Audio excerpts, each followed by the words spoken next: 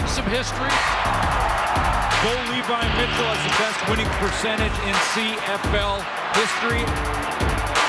They got off to a hot start and never looked back.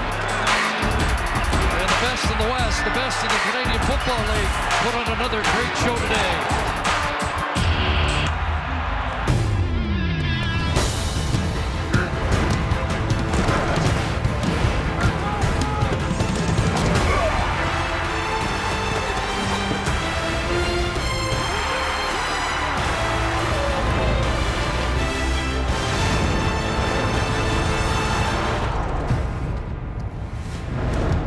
2 weeks ago, the Alouettes turning to Rakeem Cato. He had a brilliant start, 4 touchdown passes last week. Back down to earth against Edmonton, 20 for 31, just 1 TD pass, 1 picked off. Deron Carter held in check, 3 catches for 61 yards and did not get into the end zone. Got to get there if this team's going to have a chance. 129 yards away from eclipsing the 5,000-yard mark. He's number 2 in yardage and passing in the CFL. Number 1 in touchdowns with 29. Bo Levi Mitchell. Jerome Messa. His ability to run you over one play and make you miss the next play is the best in the Canadian League. If that young man rolls, Calgary wins this game with ease. He's the only one that has more touchdowns than this guy. What a story for the Stamps emerging. Devaris Daniels, he's only played in 8 games, nearly 700 yards receiving. That is second only to Markway McDaniel on that very good Calgary Stampeder team. 13-1-1 and maybe on the road to 16 wins. We'll see if they can add to the total today against the Montreal Alouettes. Part 2 with a doubleheader here in the CFL on TSN. Rod Smith, Jock Climby, Matt Dunnigan, Chris Schultz. Yes, 13-1-1. The Alouettes coming into this at 4-10. But like we said earlier about the Argos, hey, you might have said the Argos are done. Mathematically, though, just like the Alouettes, they're not done yet because of the state of the East Division. So there's something at stake. But ho-hum, they got to go into McMahon and beat the top team in the CFL? Well, here's the thing. With the Calgary Stampeders, the single most impressive thing to me is they don't play to the level of their competition. They go into these games where a team is not on the same level as they are, and they get it, they see it, and they win these games early. It happened last week when they played the Argonauts. We'll see if it can happen again. But they do not play down to anybody. They concentrate on execution. It's a really good football team you're all going to see today. We have to talk about timing with offenses and how important that is. It also is important with managing the football team. And the Calgary Stampeders over this past offseason, they chose the time to make the switch. John Huffnagel going, to the president of the season. And to me, it was time for Dave Dickenson to take over. And it looks seamless. It looks like it was just the right time and compliments this organization, because a lot of organizations are searching for that mix and trying to find the right answer in top management, to the coaches and to the players. Calgary seems to do it year after year, and it's all timing with this football team. Isn't it funny that if you had inherited a football team like Dave Dickenson did, you probably wouldn't be here. You'd probably still be coaching in the CFL. I mean, not to say Dave... The ownership group has a lot to do with that as well. Well, it's right? top down. Yeah. The Calgary Stampeders have been the best franchise in the Canadian Football League for the better part of 2 decades for a reason. Because it starts with great ownership, and there was a little blip when you were there in the early 2000s. But Dave Dickenson is about keeping that ship going in the right direction, making sure that guys don't fall off. I think this team's biggest challenge as this season winds down is they're going to get a big lead. They almost always do. It's about making sure they stay focused. I'm not saying they got to build the lead, but they have allowed some teams to crawl back in it. When they get into the Western Final and the Grey Cup, should they get there, they have to make sure that they are able to keep the distance that they build. That's their focus. You said that is their focus, is to play 60 minutes of dominant football. And I think that is the process for them, and they haven't attained that yet, and yet they're 13-1-1. The Western Final is 5 weeks from tomorrow, and the Stampeders will host it. We know that. What do they do in the interim? Dave Dickenson says they have a plan to stay sharp, to stay focused, beginning today against the Montreal Alouettes. For Calgary, though, chasing history and the best record in CFL regular season history. Stands in, throws to the end zone. What a catch! Touchdown! The legend of Bo continues to grow. Now Cato stands in again. Goes deep in the end zone. They say touchdown. Holy cow. Is wrapped up, and he is sacked by Charleston Hughes.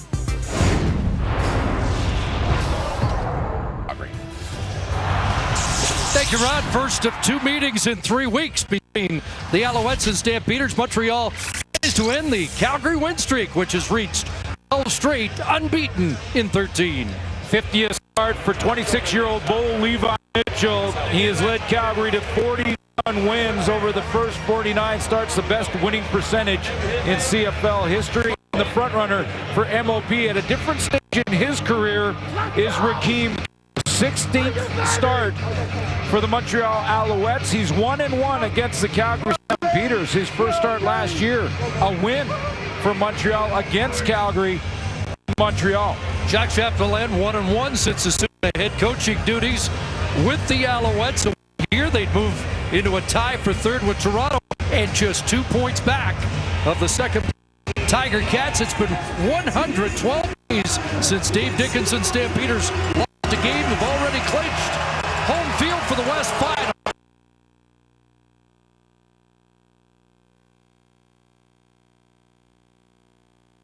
Season. So Rennie Paredes gets set to kick it off. Comfortable late afternoon in the hills. Temperature 5 degrees. These two teams have split the season series in each of the last 2 years. Steph Logan with a return out beyond the 35. It was a couple of years ago, Suits, when a guy by the name of Rakeem Cato took us all by storm with a terrific debut performance against the Calgary Stampeders. Yeah, absolutely. That was a win. The last time only lost to Bo Levi Mitchell suffered against Montreal. Rakeem Cato led Montreal to that win. 1-4 on the season this year, trying to establish himself as the starter moving forward for the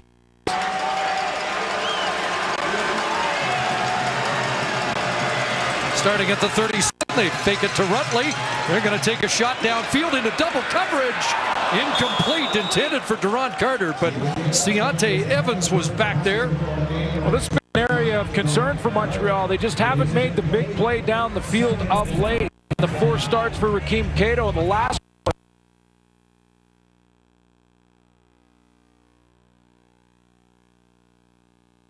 coming in. They take a shot at it right out of the gate, try and loosen up the coverage for Calgary.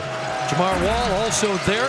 Just 6 targets in the last couple of games for Durant Carter. They haven't gone to a mutt. 2nd and 10. Cato steps up, but Micah Johnson throws him down and forces the punt team on for Montreal. Well, his defense for the Calgary Stampeders, awful tough in both areas. Number 2 against the run in the league. Number 4 against the pass, but up the fewest points in the CFL coming in this weekend. Boris beating back after 6 games on the DL and a struggling season for him. Good boot with a slight breeze at his back. And this is a newcomer, Nixon, on the return with the injury to Roy Finch. Jamal Nixon handling the kick returns. And here comes Bo Levi Mitchell, who is within 1 win of setting an all-time standard with a 3rd consecutive quarterback victory. 41-7-1. This is start number 50. 2-1 against the Montreal Alouettes career. And the question is really tonight is how long does he play? I mean, the Stampeders want to make history this season. They go 16-1. But first place is already locked up. The Davis on the first play in recent weeks. Anthony Parker's got a first down beyond the 50-yard line. It's his 2nd catch in 4 games, but it's a first down and a 14-yard out. Great balance in the offense for the Calgary Stampeders. They have the only 1,000-yard rusher in the CFL coming into the weekend, and Drew Massam, the first one to get there at 1,002, did it against Toronto. Marquay McDaniel, their leading receiver, just shy of a 1,000-yard season, and they get Pierre Lavertu back at center. That bumps Spencer Wilson to right guard again, and Derek Dennis to the left tackle. Highest scoring team in the league, and they've scored a lot of points early. In fact, they've scored each of their last 4 opening possessions. Messam gets swarmed as he hits the line of scrimmage and pushed back against a defense that's number 2 in points allowed. Classic pass records off the edge. Gabriel Napton and John Bowman, the veteran, the linebacking core. You know Woods is pumped up to play against Jerome Messam in the run game at linebacker, second in the league in tackles, and it's Lamont Taylor at the corner. They've gone through a few there. Mitchell White, Dominic Ellis, Ethan Davis. Number 3 against the pass, number 9 against the run. Mitchell has time and hits the crosser to Jordan, who kicks it outside, and Kamar Jordan has another.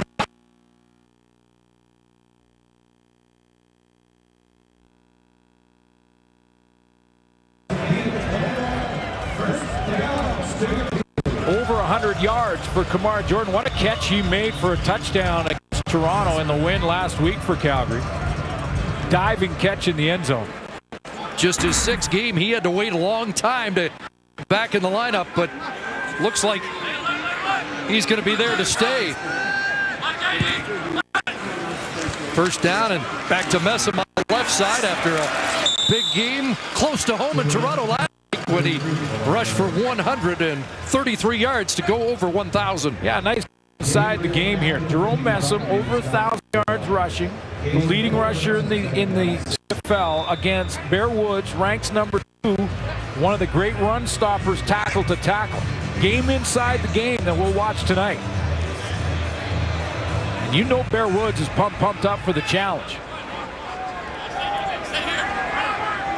And Messam doesn't shy away from these challenges. 2nd and 7.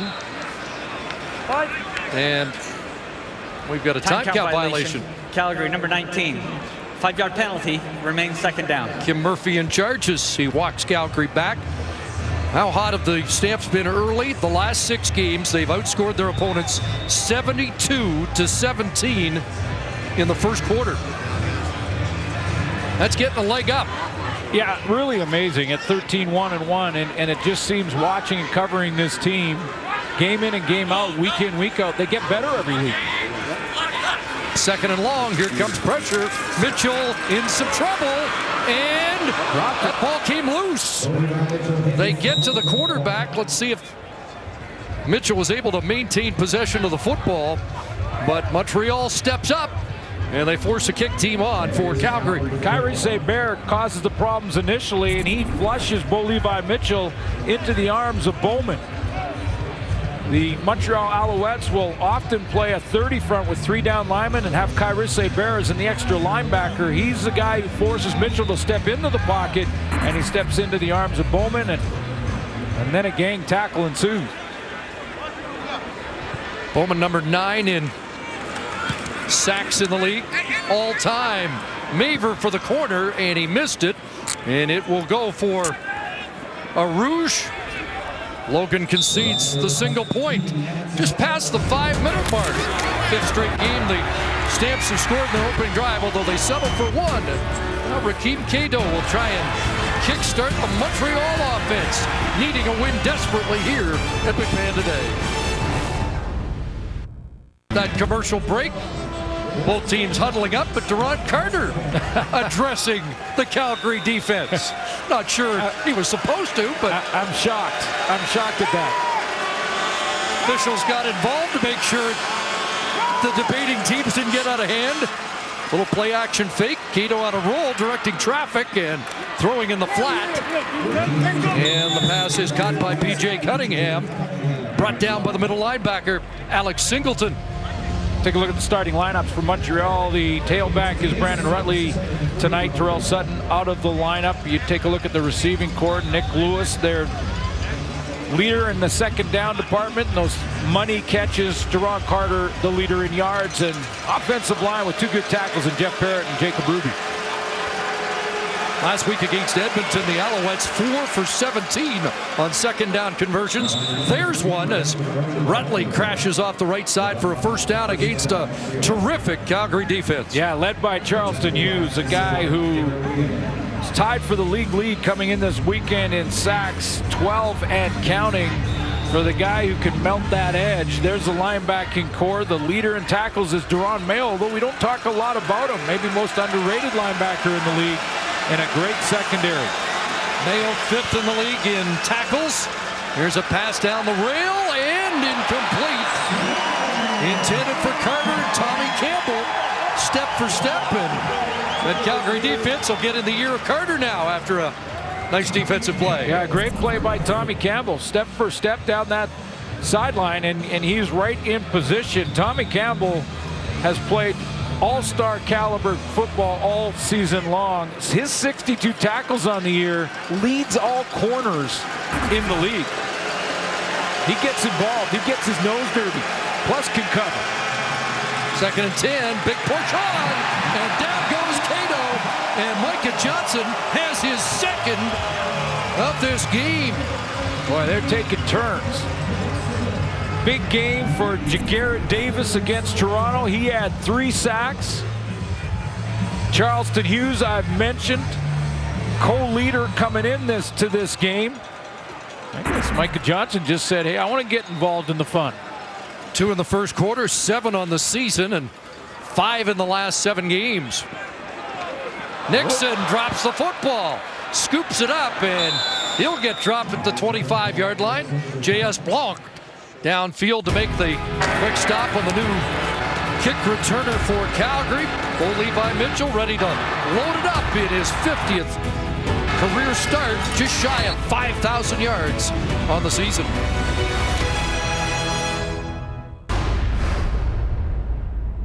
Let's get better today for 60 minutes and just keep taking another step. Let's go for the top. We want to be the best, right, guys? There's something out there for us. We all know what it is. We want to be that team. We want the best record ever. We need this win to do that. Let's go out and make sure it happens. Kick ass on 3. 1, 2, 3. Kick ass. Going after it. They've been kicking this year, and now with everything clinched, got to use other motivational tools. Starting at their 25-yard line. Here's Mitchell to the wide side of the field. There's Marquay McDaniel stretching out and stretching across 1,000 yards on the season with that catch. Well, here's what they're looking at. Most wins in a single season. Edmonton Eskimos 89, 16-2.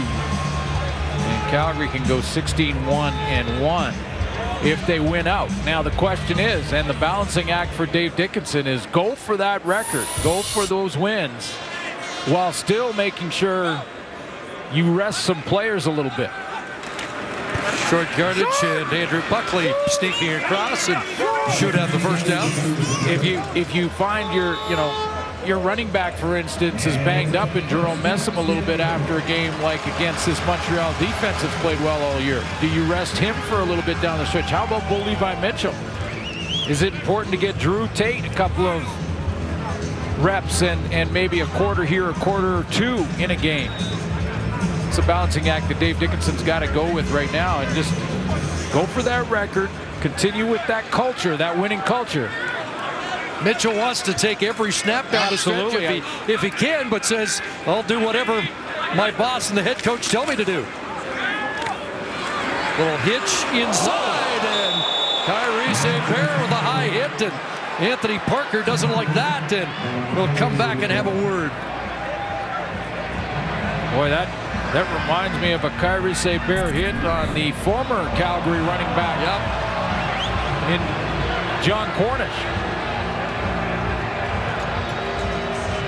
Little surprised there's not a penalty flag. That's a high hit, almost a clothesline hit, high around the head area, and the crowd here at McMahon Stadium feels the same way. And compounded by the memory of it sidelining John Cornish. 2nd and 6. Extra pressure, but the pass complete. And away goes Kamar Jordan again. Late flag as he's pushed out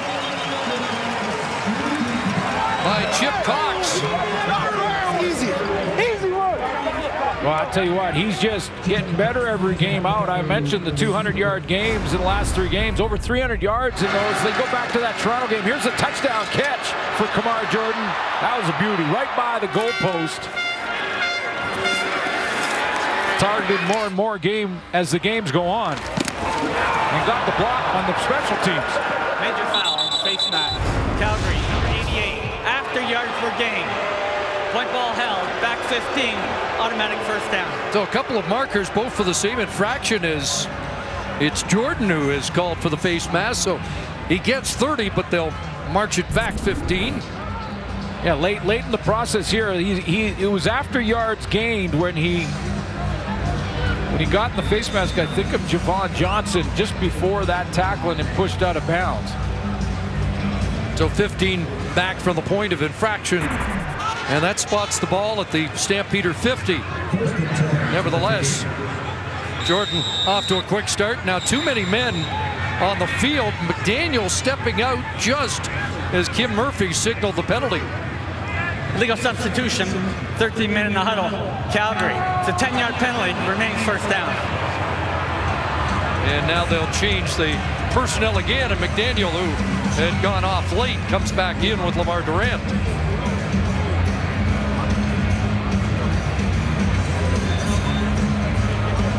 So a big play that got them down inside the Montreal 40, but a couple of penalties. Now they're third for 30 yards in the game, and they're back at their own 40 again. Yeah, and Dave Dickinson, you know, it's tough to keep that same level of intensity. Here's Mitchell firing it, and a drop. Haven't seen that from Tavares Daniels since he got in the lineup. You know, when you clinch first place in the division 41 days before you're going to play the playoff game, and you've got games to play, go ahead and run it, guys. You see the wide receiver on this play is Tavares Daniels coming in. It's just human nature that level of intensity is going to be tough to get to that you've been getting to all season. You can't control it. You're not doing it on purpose. You're trying to play as hard and stay as focused as you can, but it's just not the same. You talked about their great starts. This hasn't been one of them. No. Here's a swing pass to McDaniel, and he is tripped up. That's a terrific defensive play by Greg Henderson stepping up, and so the punt team comes on as it's 3rd and 20. You know, too many men penalty is just something you have not seen from Calgary. 3 penalties in the first quarter is a surprise, too. A couple of drop balls, just not quite that same dominant start that we've seen from the Stampeders the last 4 or 5 weeks, and pretty much all year.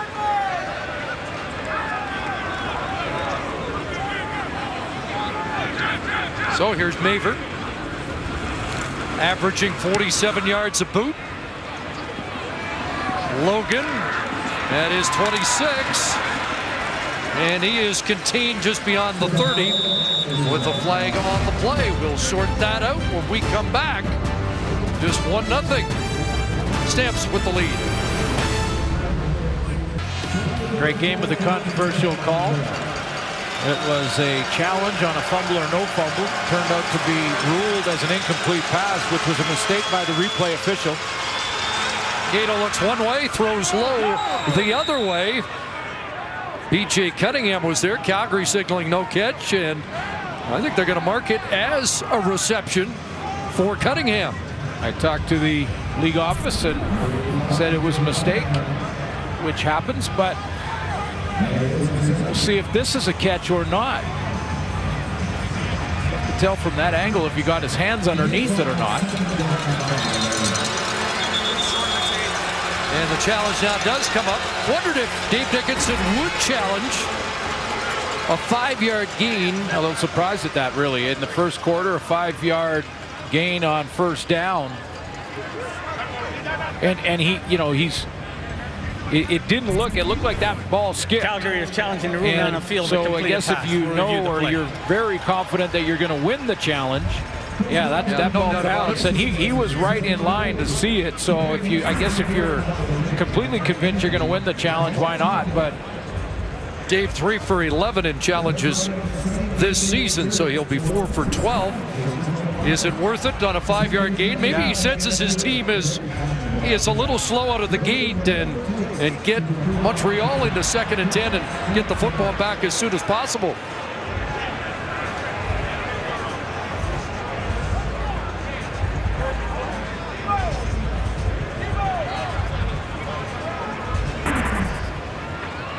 After review, the ruling on the field has changed. It's an incomplete pass.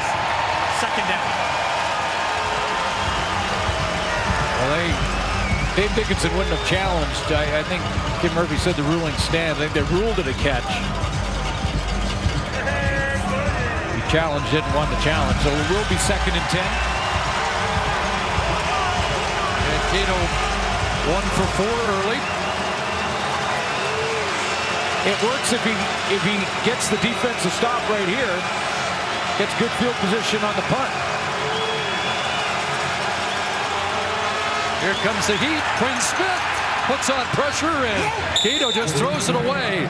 So Micah Johnson has a couple of sacks now. The other defensive tackle, Quinn Smith, applying pressure. And we've got a Calgary injury. And it's Deron Mayo who's been shaken up. 5-year veteran. Probably doesn't get enough attention for how well he has played through the last few seasons. He was scraping to the football, trying to get there to the screen where Rakeem Cato was trying to set up the screen. He's right in the middle of your picture here, and he's going to try and flow this way to the back, and Rutley out of the backfield. And as he flows over there, he's going to get grabbed. Twists funny, and then I'm not sure if it's his left or right knee or lower body, certainly, but well, with 3 games left in the season, this is the most important thing Calgary trying to avoid, but Mayo shaken up. We'll be right back. Full Calgary medical staff on the field. Deron Mayo in obvious discomfort. The cart has been brought out to help get him off the field. Our production crew spent some time with him yesterday. So impressed with his quiet leadership skills and how valuable a guy he is to Dave Dickinson's defense. oh, absolutely. That's why off the top we were talking how he may be one of the most underrated linebackers in the league. I mean, he just quietly leads his team in tackles. He quietly leads from that linebacking core, not just the defense, but the entire team. This is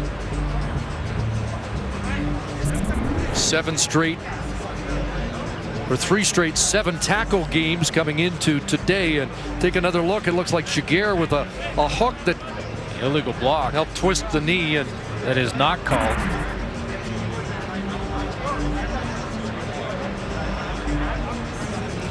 Fifth-year man out of Old Dominion. Back up at that position is another 5th-year CFLer, Glenn Love, who has been one of their leaders on special teams, but likely will be called upon to fill a very big hole in this Calgary defense.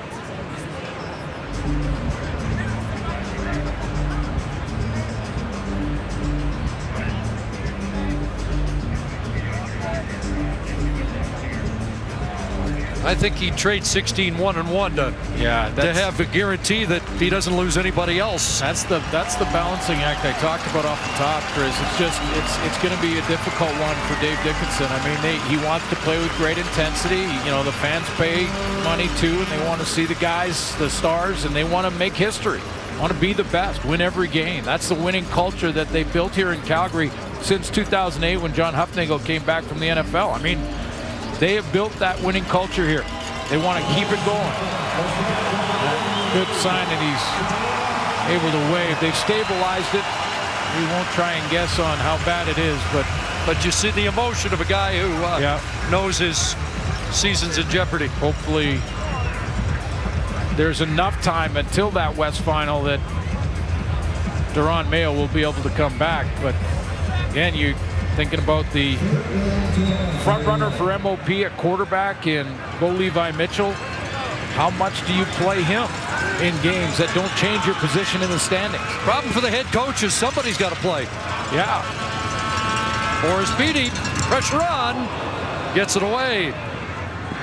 There's Jamal Nixon, and this skips by him. He won't get a hand on it. So Beatty with a good kick, and Calgary back at their 20 on that long boot by Boris Beatty.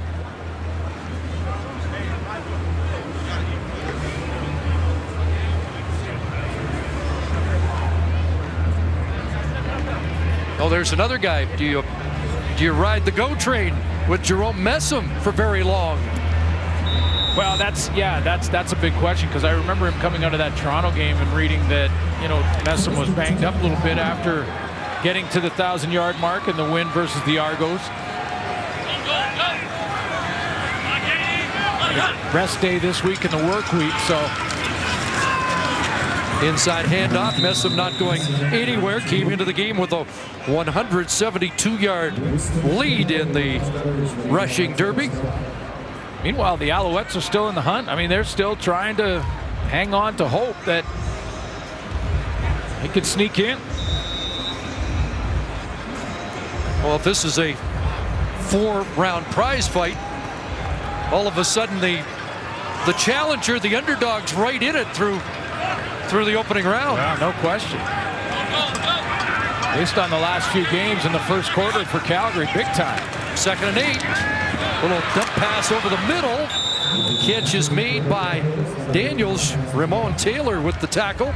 And the punt team will have to come on, so that Alouette defense that can be stingy, 6 times they've allowed 20 points or less this year, have sent the Calgary punt team back out. Yeah, amongst the leaders against the pass on defense. Their defense has played well all year, and Bear Woods is fired up to contain, at least try and contain, Jerome Messam in the run game. That's been a bit of an issue for the Montreal defense. They've given up some run yards, but they're fired up and ready for that challenge in Messam tonight. Logan awaiting at around the 38. Maver makes him backpedal 5.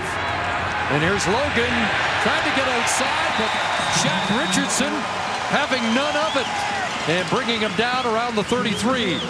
Prior to the game, we talked to Coach Jacques Chapdelaine about embracing the challenge of facing the best. This is the team that you want to do it against. It's a road game. It's a terrific team right now. They're doing really well. And at the same time, I think that in a strange kind of way, there's really no pressure on us. People have discounted us in a certain way. And at the end of the day, we believe in ourselves. We believe in what we can do. And the guys basically are in a terrific position to be able to prove that to themselves and to the rest of the league. There's the former Stamp Nick Lewis with his first catch back at McMahon. I think the only thing Jacques Chapdelaine was missing was John Hupnagel's line. We've got him right where we want him. Exactly. Well, they're in a position through 15 minutes as they hold the high-powered Calgary Stampeders to a single point. 1-0 after 1 quarter here at McMahon. Well, I talked about how explosive they had been in the first quarter. Not so much, although the defense held up their end of the bargain for Calgary. It's really tough. You're trying to keep that same level of intensity, but really, how can you? It's human nature, and the Calgary Stampeders got off to a slow start. That's not normal offensive numbers for Calgary in the first quarter. Although the defense did its job, and if Montreal is going to provide the upset today, they've got to do better than 9 yards and a quarter. Well, that's the question. Can Montreal take advantage of this slow start for Calgary? Because you got to believe that it won't last long. Dave Dickinson will remind them that they've got to play at a higher level than the level they've been playing at all season. Short yardage here as they sneak ahead and try and move the chains. Well, you're right. I shouldn't, it was a slow start for the offense based on what they've done this year, and their defense not necessarily. Rakeem Cato took a deep shot a couple of times in the first quarter, both to Deron Carter, both incomplete.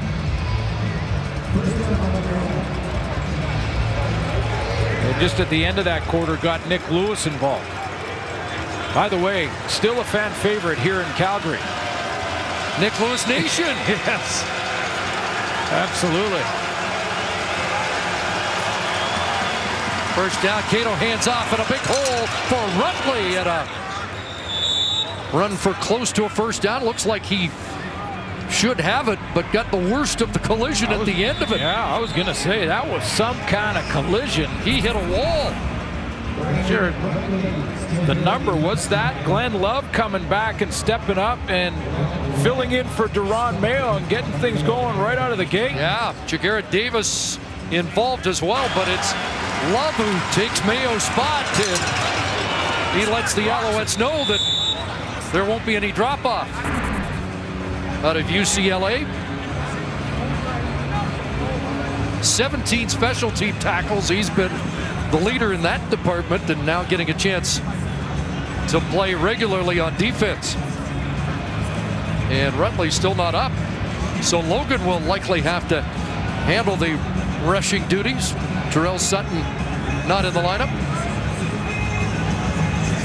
And while Sutton gets attention, we'll step out again 1 minute into the second quarter here in Calgary.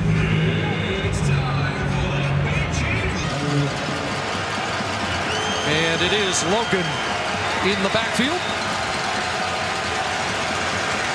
Back-to-back first downs for the first time. Cato in trouble, drops the football, and it's picked up by the Stampeders, and Cordero Law has the recovery.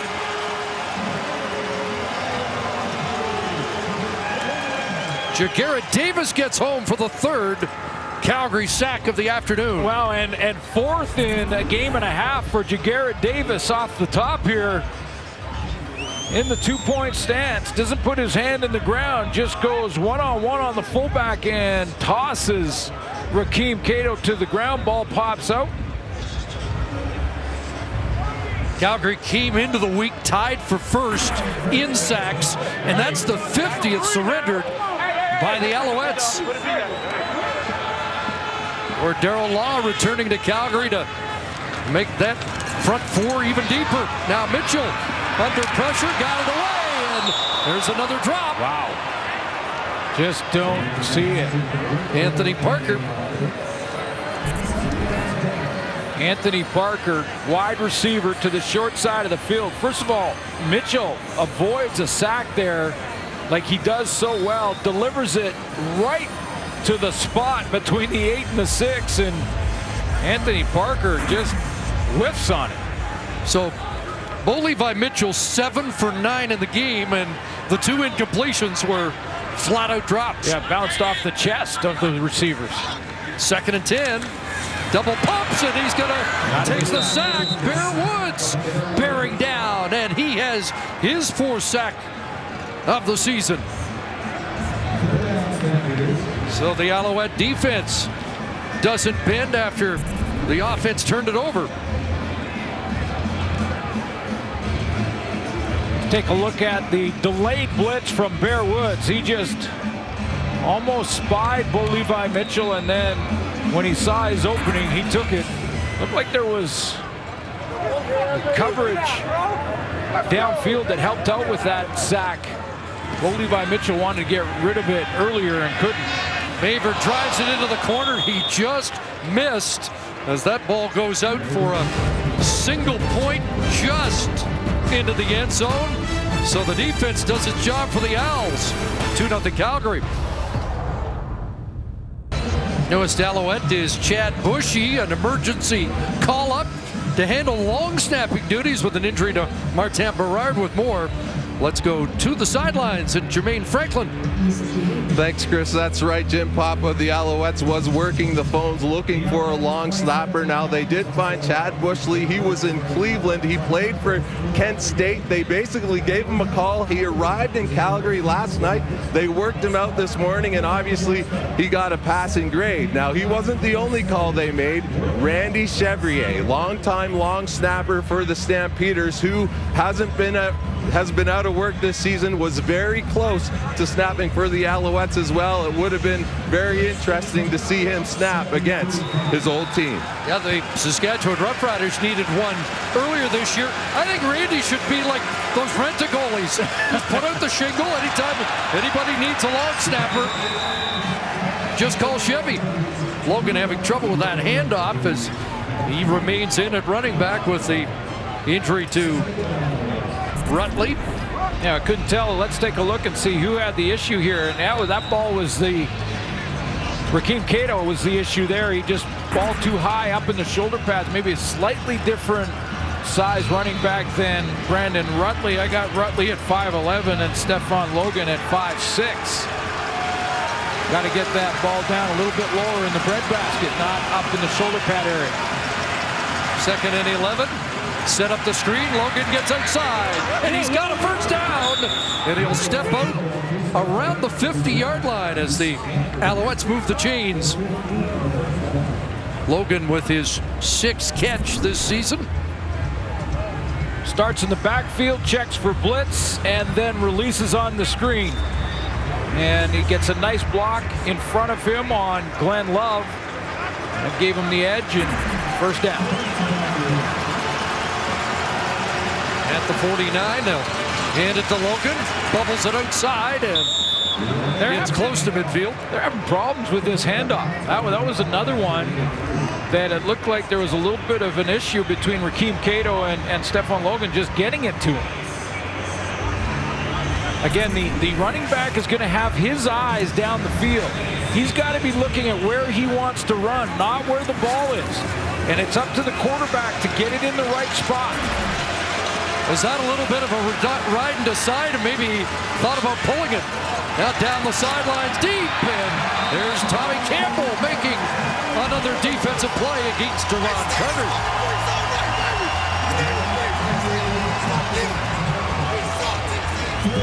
Just tracking Duron Carter. So far, that's the 3rd attempt, and this is just up in his face press coverage. Tommy Campbell just stepping up in there and saying, let's go and go for a run. He's been in his hip pocket so far tonight. Nice knockdown. Duron Carter hasn't quite been the same since he's been suspended.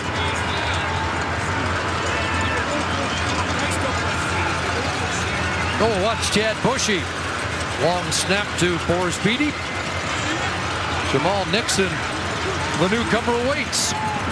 Pressure, and Beatty just got it away.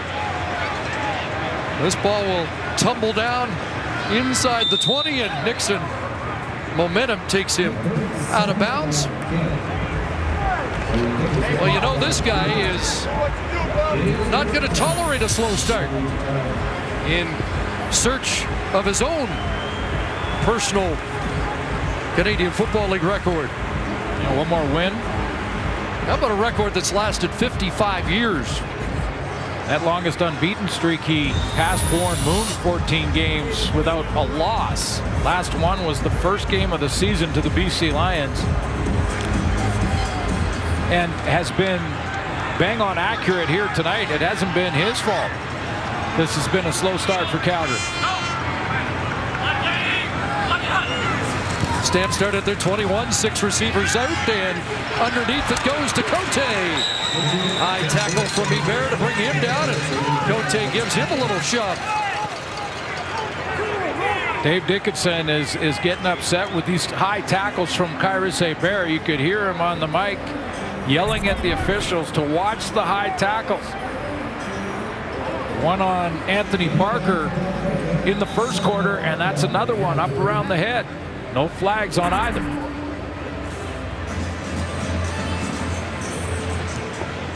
Cote gets 9, 2nd and 1. And Buckley off the right side with a flag. Looks like he has the first down, and or the Alouettes offside.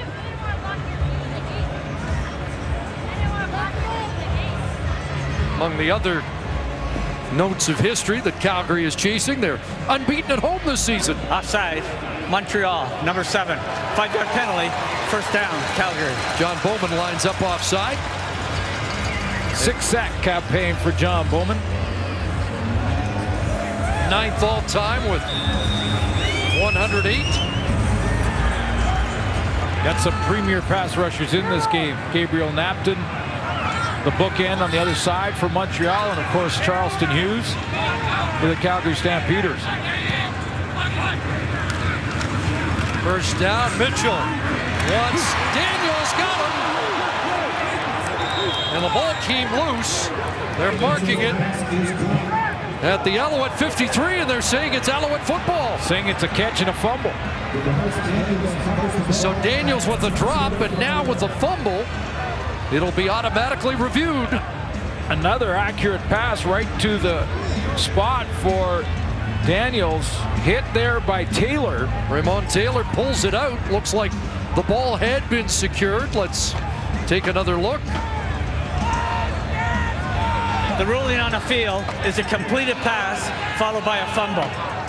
Immediate recovery by Bear Woods. So Dickinson was waving as if it's incomplete. It's not very often that the coach, when his offense is on the field, is cheering for an incompletion, but he was here. It's a tough one to sort out. He didn't take a couple of steps with it, but yet it looked like he had it secured and ripped out. We'll find out when we come back.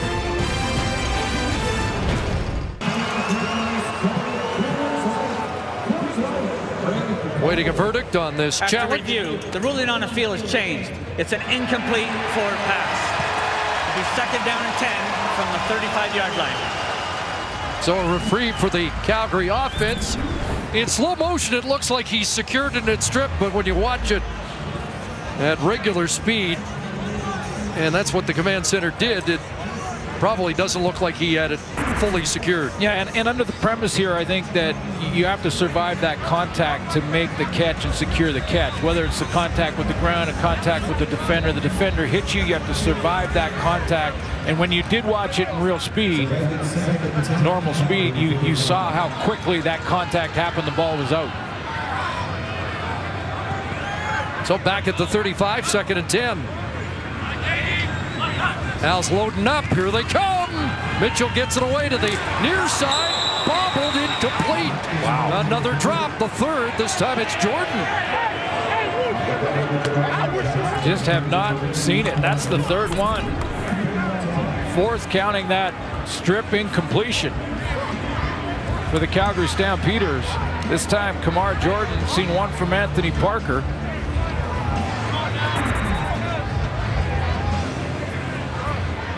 Bo can't throw it any better. Fifth punt after 5 possessions. This is a great blast. Logan can't make the over-the-shoulder catch, but did Maverick kick his coverage? Here's Logan over the 50 and caught by Jagarrett Davis near midfield. Huge kick of 60 yards by Rob Maver, but a big return by Stefan Logan, who initially couldn't make the over-the-shoulder reception. Yeah, I think you nailed it. I mean, that ball was kicked so well and so deep that he outkicked his coverage, and now Logan has to just kind of bob and pick his way through the coverage lanes that have been all messed up for the Calgary Stampeders. He just has not that much more room. Here's another sign that Calgary's just not what they usually are. That's the first punt return of over 18 yards in the last 8 games against the Stampeders. That's how good their cover teams have been this year, and maybe more than a sign that they're not playing well is that they were just due to give up one sooner or later. Rutley back in the game. I think it's more that they're just not the same. It's just not the same level. Now they can get there. There's lots of football to be played here, but so far they haven't been. Defense has been okay. 2nd and 5. Nick Lewis has his second catch, and he'll plow for extra yards. Catch number 959, as he's now 7 away from Alan Pitts on the all-time list. Yeah, he's climbing up the ladder, and had a good talk with him before the game. Went and talked to Nick Nation, the tailgate, talked to his mother. Obviously very proud of son Nick, he's here tonight watching. Came into the game 171 yards short of 13,000. There's a big hit. Love what Nick is doing too, because it's tells you a little bit about who he is. There's the tailgate. And he would sell these t-shirts, and throughout the last couple of years in his time in Calgary, he would donate the money from the sales to the military, different causes here in the city. Works with does the same thing in Montreal. But interesting what he's doing with his milestone catches. We'll get to that. 2nd and 8. Cato in trouble again. And dropped this time. Derek Wigan into the act, and it's 4 sacks for Calgary here in the first half. Devon Claybrook's defense, particularly the front, holding up their end of the bargain here in Calgary today. Yeah, I shouldn't group the defense into this slow start. The defense for Calgary is playing at that intensity level, Montreal, and they're getting up and after it. They've got a few sacks on the game already tonight in this first half, and coverage downfield. Deron Carter, they've tried some deep shots to him. 4, I've counted, and Tommy Campbell has done a nice job of covering Carter. No catches for him down the field. Stamps have come close to blocking a couple of Beatty punts. Here they come again. Beatty looking for the corner and directs that one down. See where they spot it. It's like it's inside the 20, but how far up are they coming? See where they mark it, but let's up to the 17. Show you what Nick Lewis does, and all these milestone catches when he becomes 10th all time and 9th all time. He's donating the ball from that catch to different organizations, charities. You see the Wounded Warriors program, Jewish General Hospital, and the cancer unit got when he moved into 8th place. Life Choice Dynamics is to help athletes after they retire to continue on and find different jobs, things like that. I mean, big part of the community. I love the story because he said, you know, I don't want to have a rec room in a den full of all these milestone balls. That would look a little conceited. He said, I'll keep the 1 if I get to number 1. Hey, PJ! And I said, when? And he goes, yeah, when I get to number 1. Well, he has got G. Roy Simon in his sights, and if he can stay at the pace he's had this year, I mean, he's now on 84 catches for the season, closing in on all time. There was a penalty and offside against Calgary that was declined by the Alouettes, and Dave Dickinson was a little upset with the way Chad Bushy, the center, handled the ball to draw the offside. So we'll watch that next time. Hand off inside, and Messam crashes across the 20, close to 5. This is not Calgary Stampeder offensive football. This is not a 13-1-1 team. And Bo Levi Mitchell hits DeVaris Daniels. Anthony Parker. He takes his turn. Kamar Jordan on the last series. 2nd down. Here's a catch made. Javon Johnson, the tackle. That should be a first down. As Jordan hangs on. There was 2 more. The chains. 2 more drops. We just bailed out of it to get back to the live snap, but 4 drops from different receivers in the Calgary lineup. Maybe that catch and that first down will help to get them back on track here. Fake to Messam. Mitchell to Daniels. Catch made and a heavy hit. Bear Woods lays the lumber with some help from Kyrus Hebert. So often what offenses will do when they're not in rhythm is they'll try and call plays on the line of scrimmage, go to that audible system, that fire offense. Make a few catches, it builds a little momentum. Empty it out here on 2nd and 1, and there's a first down catch. Javon Johnson closed quickly to bring down Jordan. Not much there, but they didn't need much to move the chains. It's another Calgary first down. Good strong hands there too. Javon Johnson battling for that ball, and Kamar Jordan just won the battle for the first down. At the 40, first down, they screen to Messam. And Messam hit hard by Bear Woods, who was looking forward to the matchup against Big Messam here today. Boy, that's a great play by Bear Woods because he was being blocked and somehow got off the block. Watch Bear Woods react to this. Tremendous linebacker play. He's going to drop and try and get underneath coverage. You see how he's being blocked, and it's a legal block by Marquay McDaniel. He's fighting off that block, then gets to Messam Messam makes him miss. He picks up another 10, 15 yards. Third tackle for Woods. Here's the slant, and it's caught by Daniels, who nearly got loose. Chip Cox the tackle, but Calgary starting to put first downs together, and they've moved it into Montreal territory after that 15-yard catch. Mitchell on target to Tavares Daniels at the 3-minute warning. 3 minutes till halftime in Calgary. Rod Smith back inside the studio getting set for the half. Great job by Montreal's defense so far against Calgary. Just 2 points on the board. We'll talk about that. And also highlights of the Stampeders' victory over the Argos, both at 5-10 now. CC Suits. And we got the lowest scoring first half this season so far. That's kind of what I do when we're on the road together. I carry your luggage and pour the water for you and things like that. That's my role. Outstanding caddy.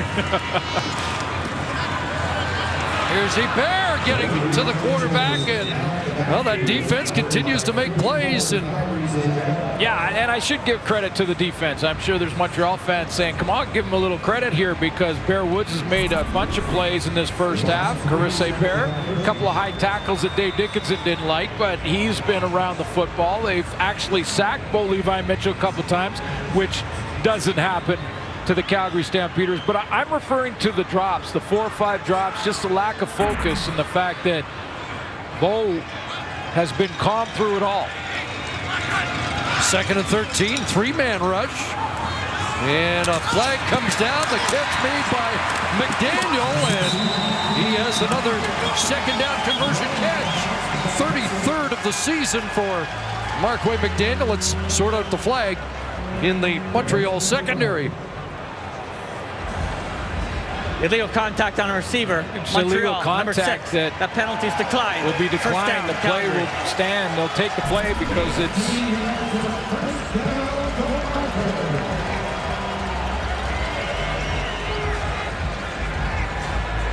down at the bottom of your screen. There's the legal contact. That was on Anthony Parker. But Stamps will take the play in the first down. McDaniel ejected last week of the game against Toronto. First time in his career at any level, and we were in agreement. Yeah. We were thinking it was a kind of a phantom call on him. Catch made there by Daniels, and now Calgary's got something going. Yeah, they've got some traction now. I got to give credit here to Mitchell as well. I mean, he could have gotten the face of his receivers when they were dropping passes in the first and the beginning of the second quarter. He didn't. Stayed calm. They talked about it on the sideline. Didn't worry about it. It's okay. We'll come back. Just get that focus back. Get a little traction. And now they do in this drive. 7 for 7 on the drive that began at the Calgary 17-yard line. Mitchell, crosser, out of the reach of Torrey Harrison, back in the Calgary lineup.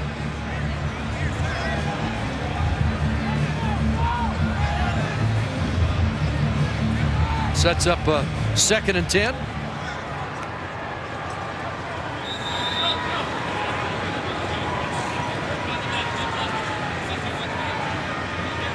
Fewest touchdowns allowed in the league this year, the Alouettes defense.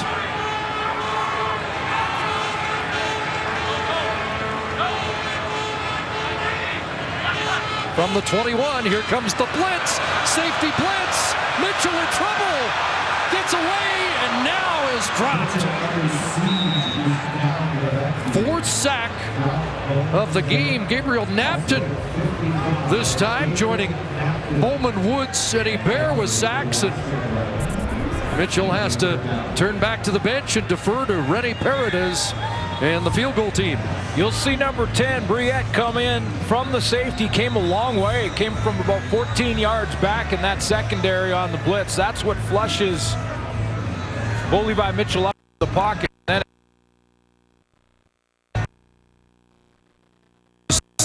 well, he's got to keep pace with Bowman.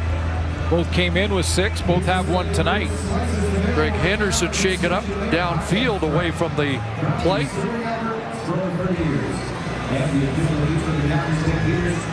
mentioned in the past that Calgary is challenging that there was illegal contact on receiver number 16. We'll review the play. Let's take a look. Dave Dickinson trying to keep the offense on the field. He's going to challenge illegal contact on Markway McDaniel. Well, we happen to have Markway McDaniel in one of our ISO cameras. And have a look. Illegal. Chip Cox. That's well past.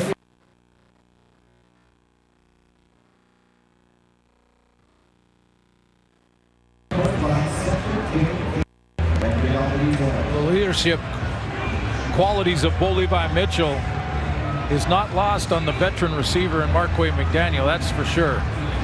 McDaniel now having words with Chip Cox, had a pretty good debate going with Javon Johnson, so the veterans out there comparing notes.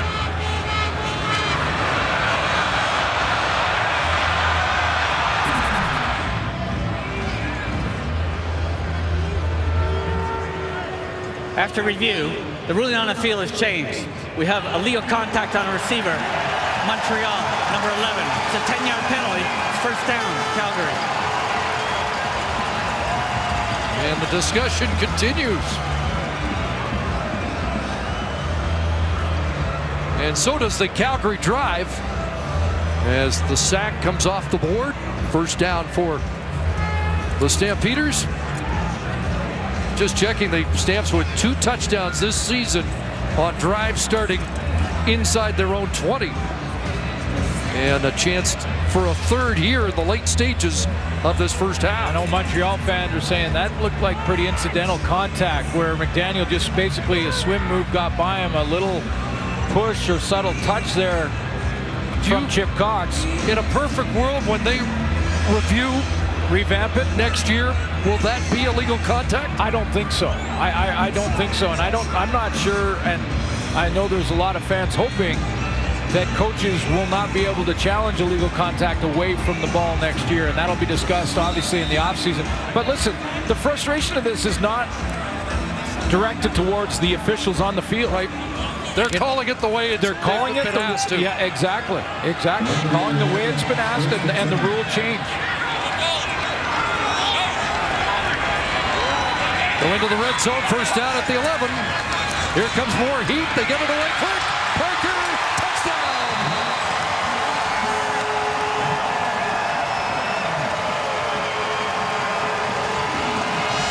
First touchdown of the game sparks a skirmish in the end zone as Anthony Parker hits pay dirt for the 4th time this season.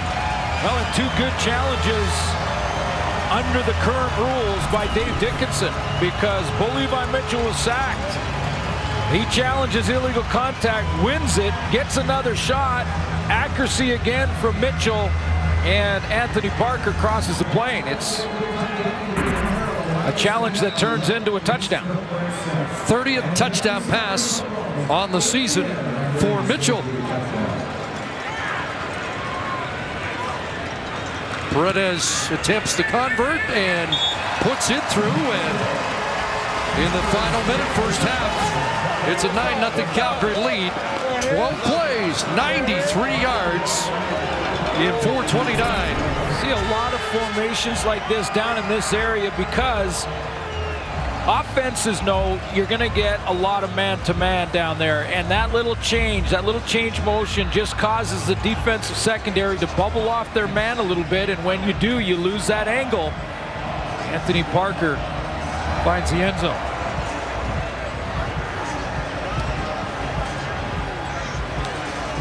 And Bo gives you the "it's about time" reaction to that touchdown. That was what it was, wasn't it? He's going, okay. 8 from 9 on the drive. The party. It's time to go to work now. Let's go. Well, they may have reported a little late, but Stamps hit stride.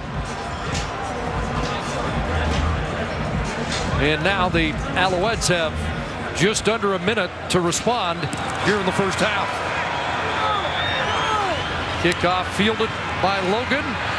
Up beyond the 30-yard line, and he'll get to the 35. And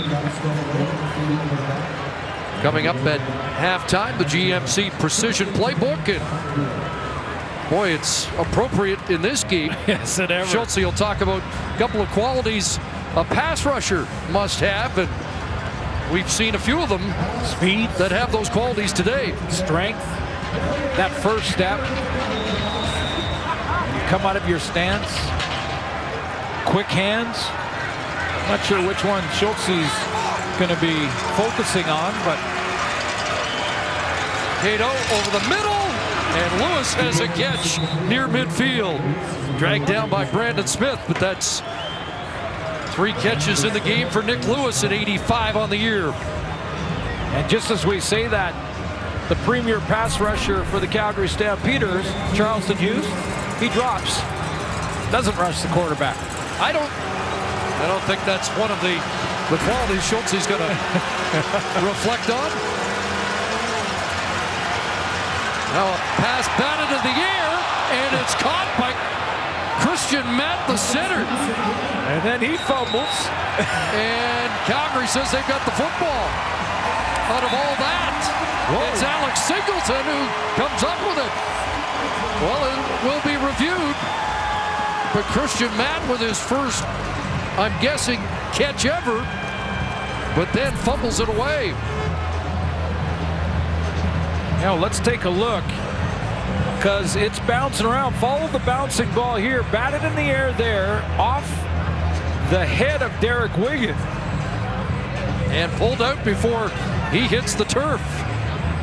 Christian Matt not accustomed to carrying the football, obviously, but he is to touching it. He snaps it every down.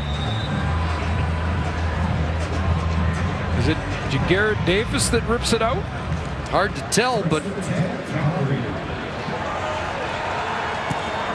we know who recovered it. No question there. Alex Singleton. So now the Stamps have a chance. Looks like they're offside on this play, and chalked up another drop. This one to mess them. It wouldn't have mattered anyway. It looked like Calgary was offside. Grandma, Grandpa, everyone at home, Glenn, John, love you guys. Woo! There we go. 28 tackles last 5 games for Alex Singleton. This is start number 7 for the Calgary middle linebacker. He'll add a fumble recovery offside to his stat line. Calgary, number 1. Penalties decline. 2nd down. Grant offside. It'll be 2nd and 10. 22-year-old fitting just nicely in the middle of that defense. Hey, we that must sit on win. My game, let's go. Can Calgary get at least 3 more before halftime? Yeah, Stamps looking for about 15 yards to get it into Paredes' range, but here comes heat. Ball gets away, throws the strike, and there's Marquay McDaniel to convert again on 2nd down.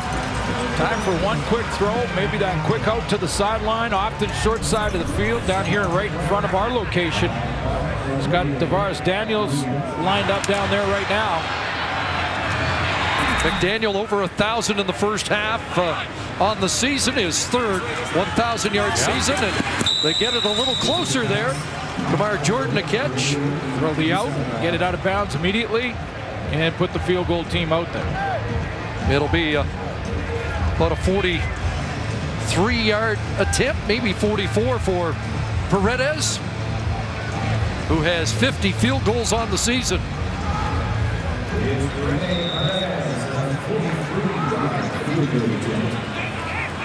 So a very slow start, but a long touchdown drive of 93 yards, and then after a turnover, a chance here for Paredes, and he's missed it. Coming out. Logan's going to bring it out, or try to. Is he going to get out? Yes, he does. Well, he avoids giving up the single, a rare miss for Rennie Paredes, and maybe that sums up the first half. Low scoring, 9-0. Stampeders with the lead as we send it back to Rod Smith and the boys. Thank you, CC. The lowest scoring half, by the way, for the Stampeders was back in week 12 in Edmonton when they only had 3 points on the board, trailed by 14, ended up winning it in overtime. This game in much better control, even though it is low scoring. Doc Climbing, Matt Dunnigan.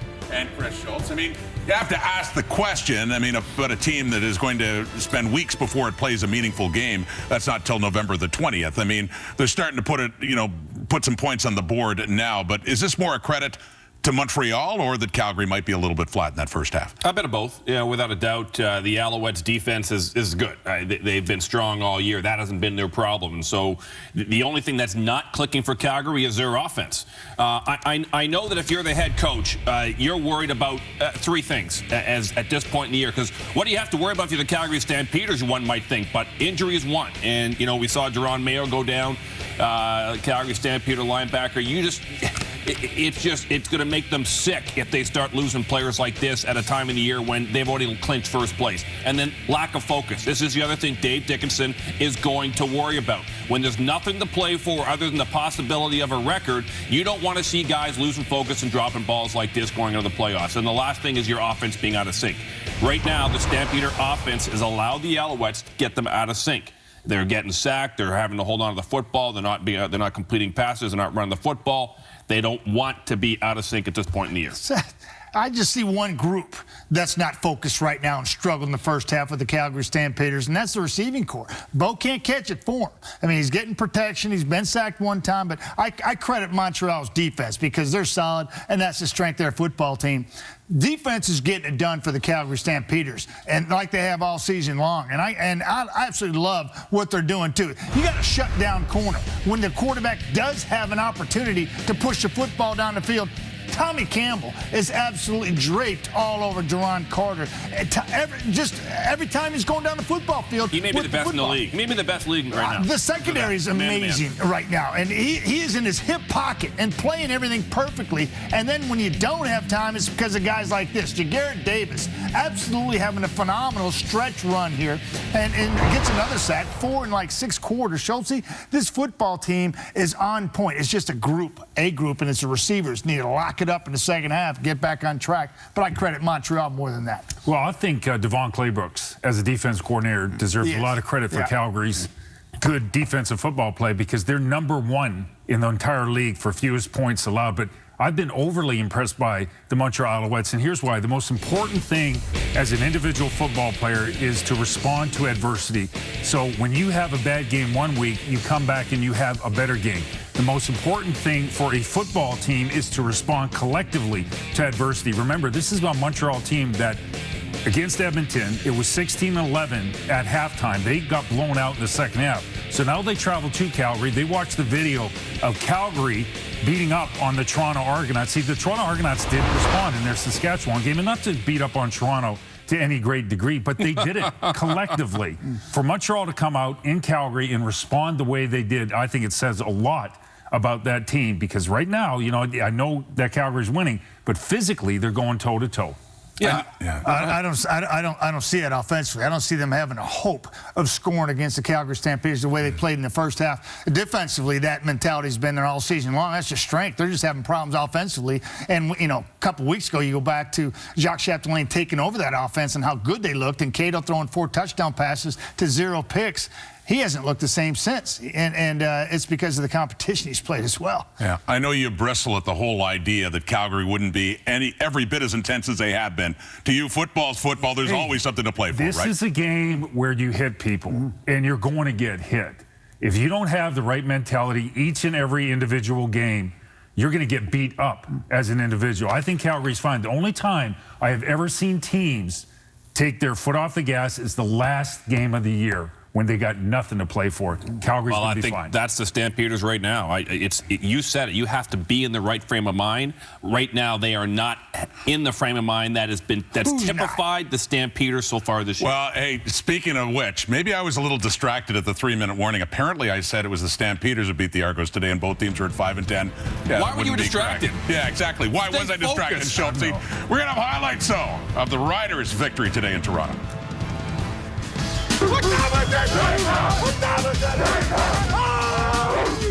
Double pumps, and he's going to take the sack. Bear Woods bearing down. Gato in trouble again, and drop this time.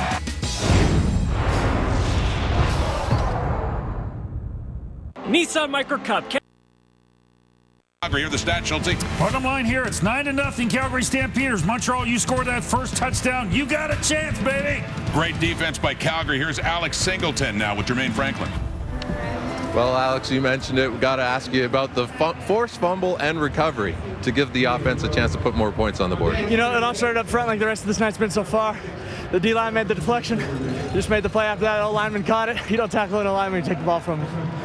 Can't help but love the smile on your face. And to tell you the truth, on the sideline, the defense has been having a lot of fun. What have you guys been doing so right to have the shutout, and how do you continue that in the second half? We just play within our scheme. You know, everyone's out here trying to eat together. We eat as a team, and that's what we want to keep going. We don't want to put points on the board and be the best defense to ever play the game. And on a more serious note, how tough is it to see Duron Mayo go down like he did? That's a terrible injury. I mean, he's a leader of our defense. He's my captain, and he's the best friend on the defense. He makes all the plays. He's a good guy. You know, I'm sure he's in there somewhere, and I'll hear from him in a minute. Hope all's well. Thanks for your time. Thank you, guys. What a great addition Alex Singleton has been to the Calgary Stampeders, and what a great sight there. Some little guys coming on to play a little bit at the half. That's awesome. Second half of the big boys coming back out pretty soon here on TSN.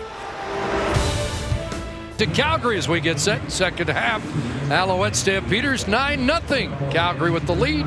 Jermaine Franklin with Kyrus Hebert. The Stampeders offense averaged over 28 points their last 4 games in the first half. You guys limited them to 9.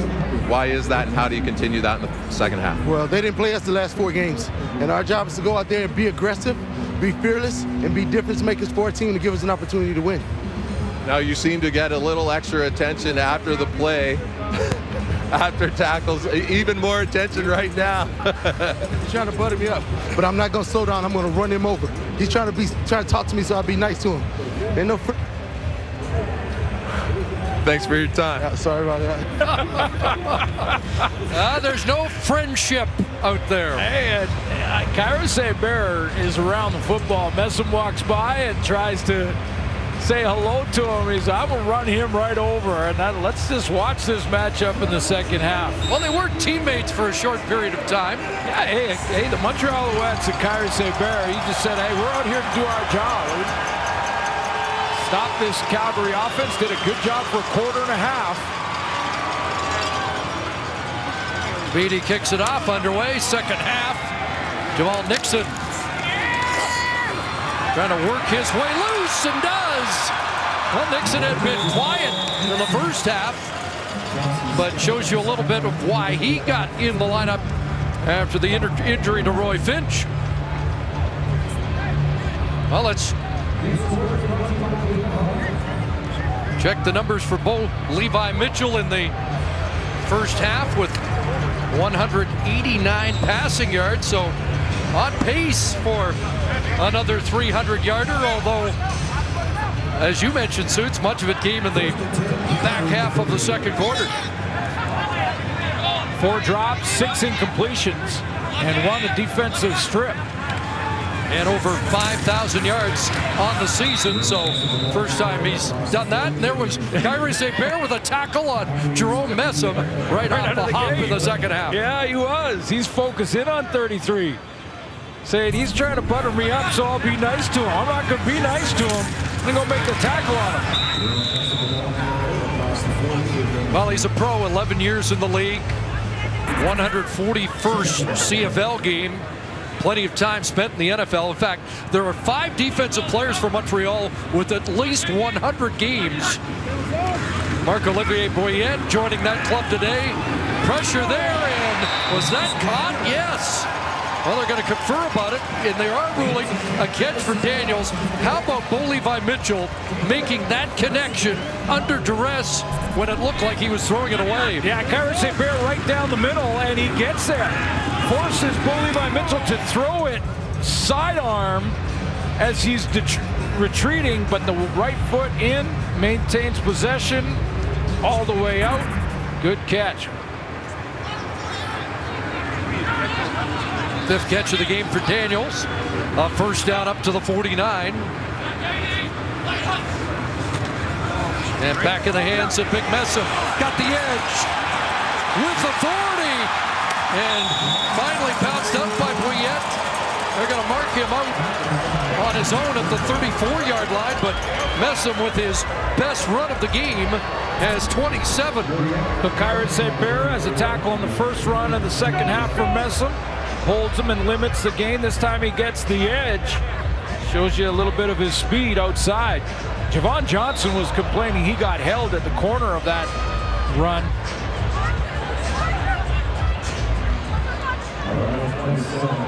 Had just 5 carries for 12 yards before that romp of 39. They'll fake it to him, and the end around coming for Anthony Parker. And Chip Cox corrals him, but not before it's another Stampeder first down on the ground. It's the 4th time this year that Anthony Parker has run that fly sweep, and he has the best average. They have run it to Lamar Durant. They've run it to Rob Cote. They bring it around to different receivers, but he has about a 10-yard average. Parker runs that fly sweep quite well. Another big gain for him. Go back into the red zone. Stamps operating at over 63% on the season. Is that a time count violation? Well, they got back on track. I mean, we'll take a look at what this penalty is. Time count. Calgary, number 19. They got back on track late in that first half because for the first quarter and a half on second down conversions, Calgary was 4 of 9. That's not Calgary offense. Now, credit to the Montreal defense and Kyron St. Bear and that group doing a nice job against them, and they just weren't quite focused. I mentioned the 4 drops. The back half of the first half, they were 6 for 6 in second down conversions and got a drive going here. First and 15, Messam, and Alan Michael Cash hauls him down, short gain.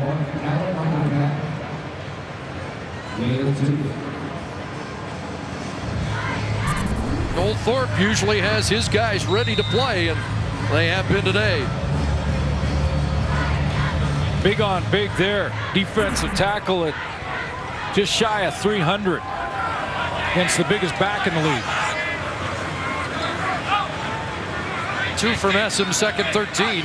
McDaniel in motion, but they go the other way and almost picked off the fingertips of Kamar Jordan, who was hit immediately by Chip Cox. I think Jermaine Franklin, our sideline reporter, has got Kyron St. Bear fired up. That was a safety blitz from Briette, and Bear is the guy in the middle of your screen that drops underneath this and is right there to put the hit on Tavares Daniels. I mean, it was a bit of a drive there for Calgary. They're going to have to settle for a field goal attempt, but Kyron St. Bear was around the ball every play. So Paredes, after the miss to end the first half, puts that through, and it's now a dozen for the Stampeders. There's the big hit by Hebert. Marks and TSN want you to show us what it means to be a CFL fan. Download the TSN Go app and use the Marks Fan Cam feature, or use hashtag Marks Fan Cam on Instagram or Twitter. Share your game day pictures and videos, and the best fan submissions may be featured on TSN. I think they're spelling Schultze. Rakeem Cato, 6 of 11, 61 yards in the first half. Procedure. Montreal, start number out 53. with a procedure call. 5-yard penalty, remains first in down. their first series of the second half. I agree with Matt. The panel, this offense hasn't shown any signs that they're going to be able to score against this Calgary D right now, and they didn't in the first half.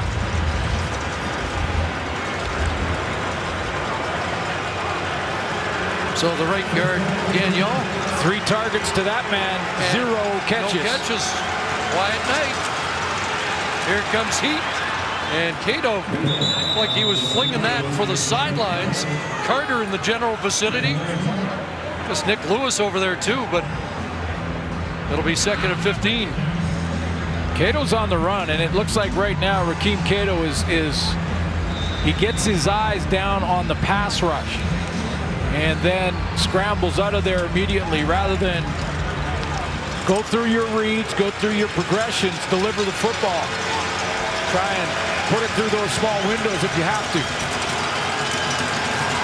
Over the middle and off the one hand of Nick Lewis. It was high and he can't pull it down. And punt team comes back on for the Alouettes.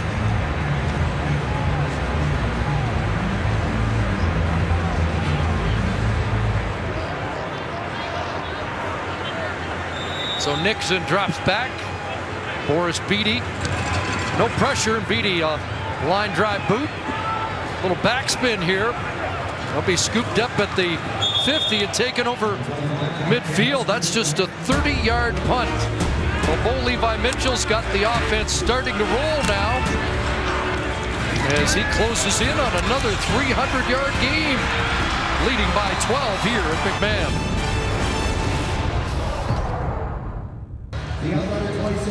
Bo Levi Mitchell over 5,000 yards on the season and his 30th touchdown of the year. And this start number 50 in those remarkable numbers in very impressive company. Great names, isn't it? Warren Moon, Tom Wilkinson, Jeff Garcia. Remember his big start here in Calgary on Labor Day with 5 touchdowns. I mean, he wants to keep that winning streak going without question. But I love how he led his team through the slow start. I mean, the Calgary Stampeders got off to that slow start, but he led them through it. And we talked to Tavares Daniels about those leadership qualities. He's definitely in command, but he's the type of leader that works with you. So it's kind of, a give and take. I think that's big, especially with a guy his caliber, elite quarterback like that. Just to be able for a young guy like me just to step in and feel comfortable, Bo definitely makes it, a very easy transition. Well, we've watched him grind through this first half. Here comes more heat from that Alouette defense, and Bear Woods has his second sack of the game. This blitz has caused them some problems, and Dave Dickinson is going to talk to Bo Levi Mitchell when he gets to the sideline about the safety blitz. It's Marc-Olivier Brouillette that comes down from that same side. It's been the left side of the Calgary offensive line, right side to the defense, strong side of the field, and it's Brouillette getting there quickly that is flashing on Mitchell and flushing him up into the arms of his teammates. They'd allowed 1 sack in the last 3 games, 4 in the last 8, but 4 in this game against the Alouettes tonight. Came in with just 14 sacks allowed all season. So the Alouettes doing what no other team, Calgary, 5-yard penalty, remains third down, had been able to do. Time count marches it back a little bit.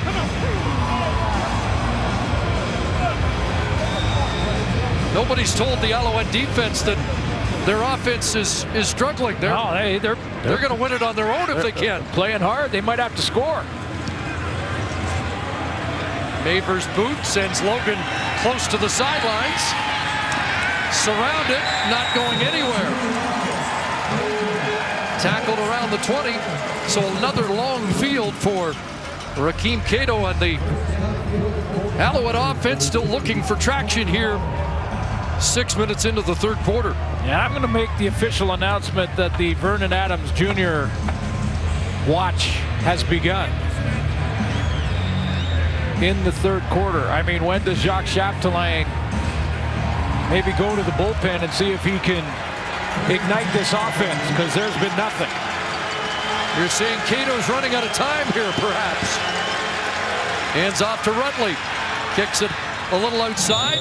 Josh Bell from his safety spot comes up to make the tackle. Yeah, you just don't see sort of the progression, one play leading to a different play, and then you throw out the same look and formation and you run different routes off it, and you get first down after first down. He hasn't even really put any long drives together. I'm wondering if Jacques Chapdelaine decides to just switch things up, see if it makes a difference. 2nd and 6. He'll take off and lunge to the 30. That's going to be a couple of yards short of the first down. Plus the time of possession before this last series real lopsided in favor of Calgary, obviously. Even with their slow start offensively in the first quarter and a half, they were well over 20 minutes. Montreal just over 10 minutes of time of possession. So as well as the Montreal defense has been playing, they've been out there a long time. They've lost the time of possession battle 8 of the last 9 games after winning the first 3 weeks of the season. Here's Nixon again, and he gets knocked back. J.S. Blanc, another special teams tackle. Calgary continues to pitch a shutout to lead by 12. Bearwood still fired up, and he was when we talked to him about the matchup against Jerome Messam. The challenge is once he gets going, he's rolling. He's bigger than I am, and I'm the middle linebacker. But the good thing about that is you can see him at all times. He's a tall guy. Unlike last week going against number 30 White, you can't see him behind their offensive lineman.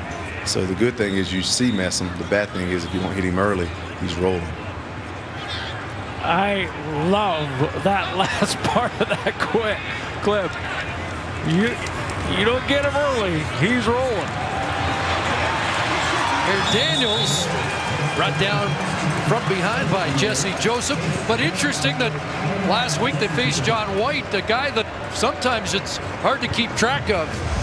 Messam can't hide, that's for sure. No, he can't hide, but don't let him get rolling either, and that's Bear Woods in this matchup. By the way, right now, Messam 7 carries, 41 yards, so not the 100-yard game Messam's coming off of last week versus Toronto. Not that I was suggesting Messam would want to hide. Here he is, and brought down by Bear, who's had a tremendous evening here in Calgary.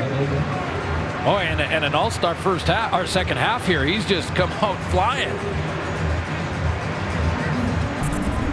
Messam, when he walked by and said something at the halftime interview, got him fired up. I mean, he caught Messam from behind. That doesn't happen very often.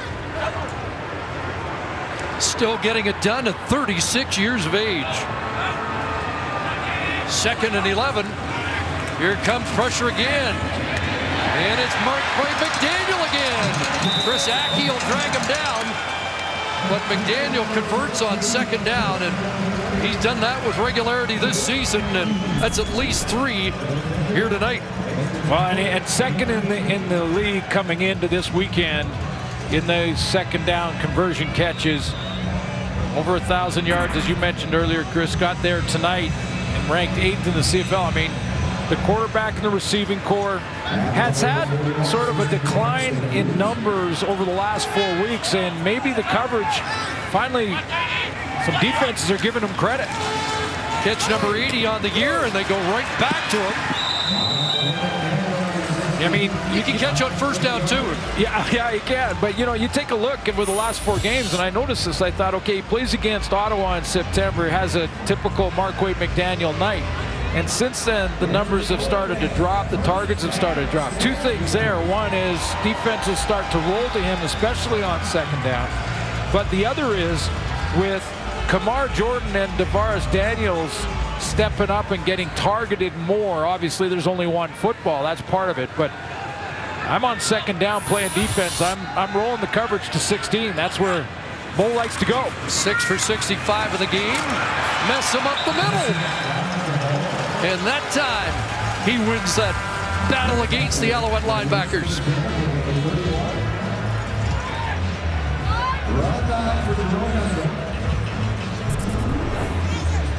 Two good football players battling tonight. We've seen Bear Woods make some plays. He gets blocked by Pierre Lavatut just long enough that he can't get in the hole and make that tackle. His teammate, Kyrus Bear, gets there. 9 yards. Short yardage team comes on. And it's the 1st down for Buckley. Dragged down by Chris Aki. But again, this is, it's good play calling here by Dave Dickinson as well, because Dickinson now is going back to the more of a run game and getting Messam involved again as this defense starts to tire because of that time of possession advantage Calgary's had. They've been out in that field a long time. They're starting to get tired now, and Dave Dickinson starting to pound the ball a little bit more. Shane Bergman shaking up the left guard, and that offensive line just getting back to full health, and this isn't a good sign. First downs in this game, Chris, 20-6 in favor of the Calgary Stampeders. Going to continue to work on Bergman, so we'll step aside. 4:12 left, third quarter. I'm just wondering if you turn the chair or... Tough sign here for Calgary to see Bergman helped off. They lost Duron Mayo in the first half. So Cam Thorne has to come into the game. Boy, they just... Yeah, it's been a revolving door, hasn't it? Yeah. The offensive line, not that they've missed a beat, but... Played very well considering how many changes and different positions, different players have had to play. Third trip to the red zone, 1 for 2, and looks like they get a free play here on an offside. And it's Cote with the catch. Raymond Taylor, the tackle.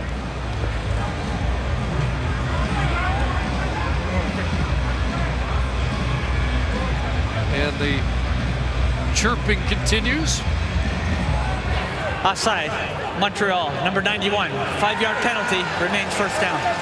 Alan Michael Cash called on the offside, and Hebert and Cote continue the discussion. And I think this goes back to the first half and a couple of high Hebert tackles, one on Cote. Yeah, that, and I think this Montreal defense here is starting to get frustrated that they're not getting any help from their offense in this game.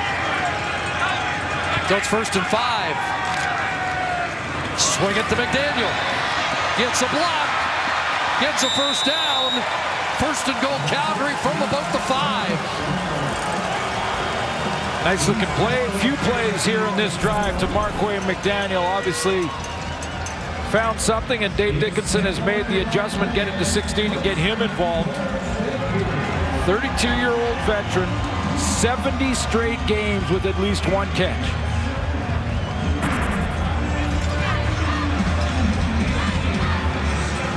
I believe that Quinn Smith has just gone into the game on the offensive line. I think I saw 66 check in.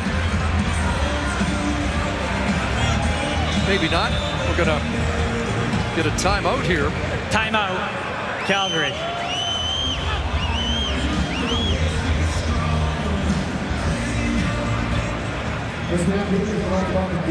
And now the Alouette defense will also go to the sideline and talk to Noel Thorpe.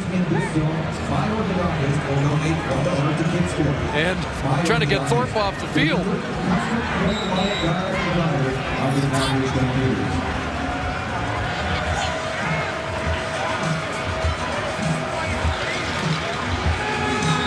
Trying to check in that huddle to see what adjustments they may have made. And it is Quinn Smith now at right guard. So Smith started the game at defensive tackle, switched numbers to 66 to help bolster the injured offensive line. Fake to Messam. And to the back of the end zone, incomplete. Daniels the intended target, the flag flies. They're trying to throw the ball to Dan Faderkyle there. Pass interference. And he was covered. Montreal, number 6. The foul took place in goal. It's first down on the 1-yard line. Faderkyle's got a catch this year. He lines up as the tight end. He's going to be covered down. Not fooled here. Javon Johnson, the veteran, and Bruyette, the safety, come over and cover him. That's why Mitchell goes to the back of the end zone trying to win a jump ball, just get it down there low and outside. So it's 1st and goal on the 1. Andrew Buckley's in. Buckley around the corner, touchdown. 7th touchdown of the year for the rookie out of the University of Calgary.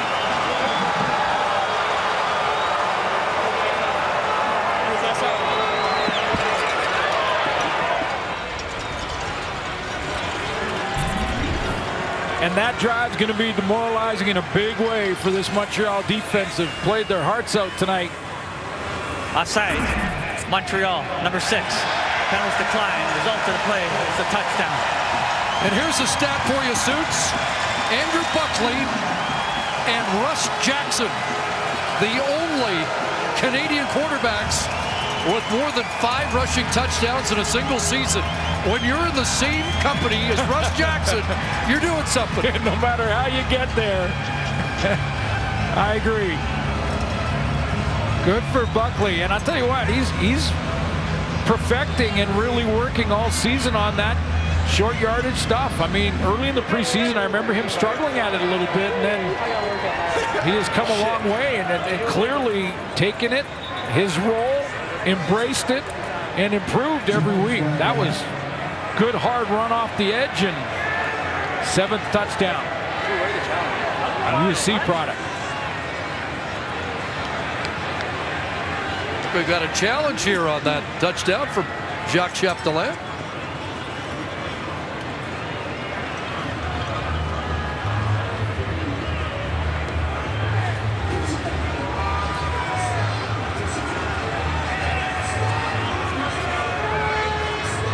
I'm not quite sure what he could be challenging here on a running play on a quarterback keeper.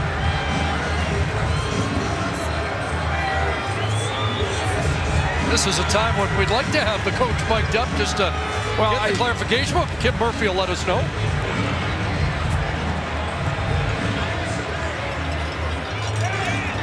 That was a running play.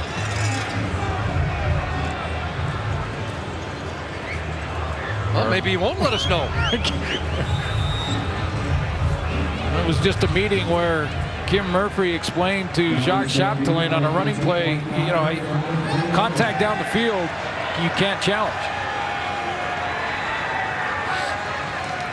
So they go for 2 here. Throwback, Messam, and it is 2.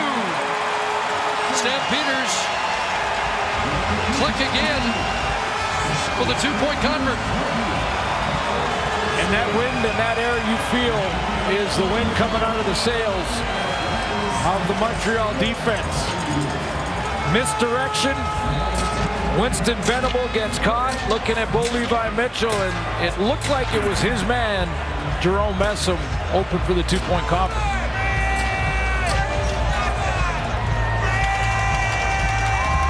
The 11th 2-point convert in 20 attempts for the Stampeders. 10 plays, 64 yards. 5 minutes, 10 seconds, and another look at Buckley around the corner. And then Mitchell comes back to find Messam for 2 more.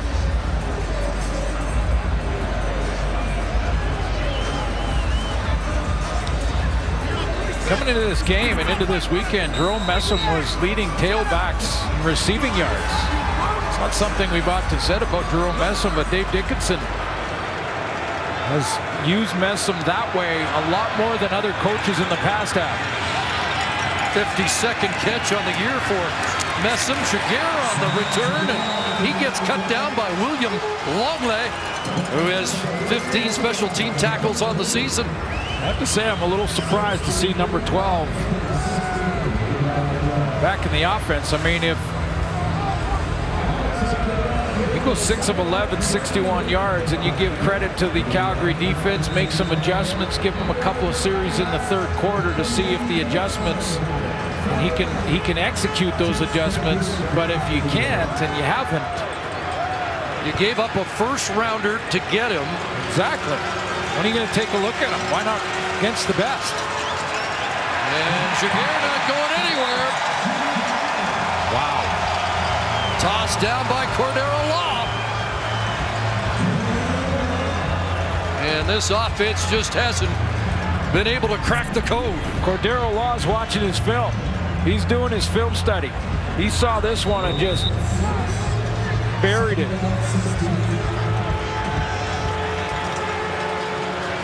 No shot for Shagir.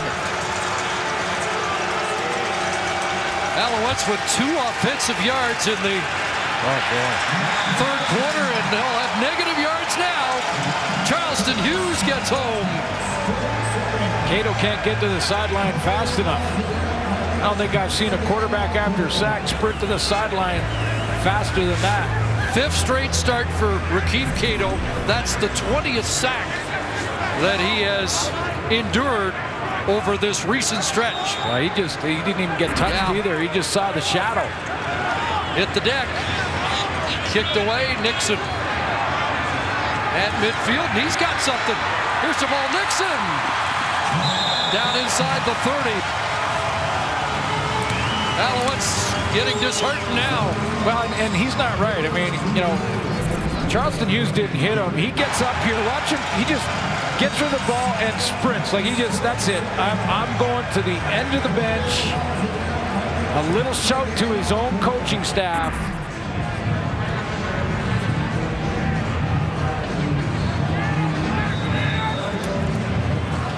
Jacques Chapdelaine has been an offensive coordinator in the league for 9 years. Been coaching in the CFL for 16. Very surprised he hasn't made the change. He's about 15 yards away from the rest of the team on the sidelines, nowhere near the bench. As Mitchell throws a completion, now starting to walk back a little bit, but Rakeem Cato had to go for a little walk, and now the coach will bring him back in to try and get him. Oh, he's not seeing it. I mean, it's not good for Cato or the offense or the team. I mean, he's just out there, and you can tell he's just not seeing it. I mean, he's looking at the pass rush, and that last play, it was duck and cover. 6 plays minus 5 yards for the Alouettes. And pre-snap movement.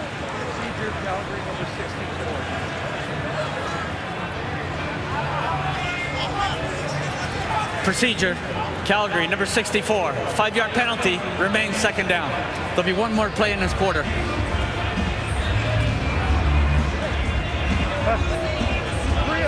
Derek Dennis moved early, so one more play, 3rd quarter.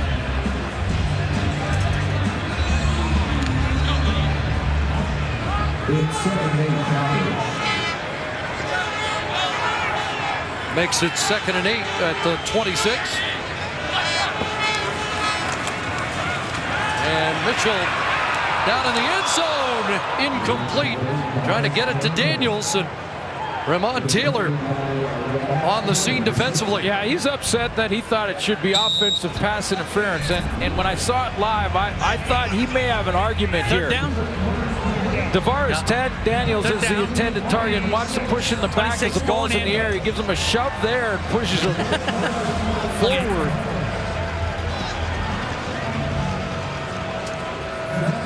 Well, we're through 3 quarters here at McMahon. This win streak doesn't appear to be in any jeopardy here tonight. Stampeders in control. It's 20-0 after 3 quarters. On Calgary. Got a challenge upcoming for the Calgary Stampeders, but let's check the numbers through 3 quarters first. Rakeem Cato, 0 for 2, has not got a completion in the 3rd quarter, was 6 for 11 for 61 yards in the first half, still in the ball game. The Calgary Stampeders set their alarm for the 2nd quarter. But halfway through that 2nd quarter, they got back on track, and this is the Calgary Stampeders we're used to. Yeah, more like the offense we should. Well, how much credit do you give Calgary's defense? They're pitching a shutout here, but an offense that really is having their troubles. No, I give them lots of credit, a ton of credit. But Rakeem Cato just simply is not seeing it, and they haven't pulled the trigger on a trade, and that's a change at quarterback on that sideline. Meanwhile, Dave Dickinson is challenging an illegal contact on that last play. After review, the ruling on the field stands. There was no pass interference against Calgary number 16. Be 3rd down. So an unsuccessful challenge for the Stamps there. That was a contact away from where the ball was thrown. Third quarter, there were 10 first downs for Calgary, none for Montreal. Let's check out why Dave Dickinson made the challenge. That's McDaniel right there. This is what he wanted to call, that contact. They both kind of went down the middle of the field, and McDaniel thinks it was. Now, the bottom line here, though, Montreal, had they won that challenge, could have challenged offensive pass interference after the fact. We don't need any more of those double challenges. Boy, Paredes has missed 2 tonight. And it's Logan trying to come out, and he does, but is stopped before he reaches the 5. So it's a long field and a frustrating night for Paredes, who had only missed 6 all season long, and now has missed from 43 and 33 tonight. Well, that's just really surprising. Unless there's some sort of injury to both backup quarterbacks for Montreal.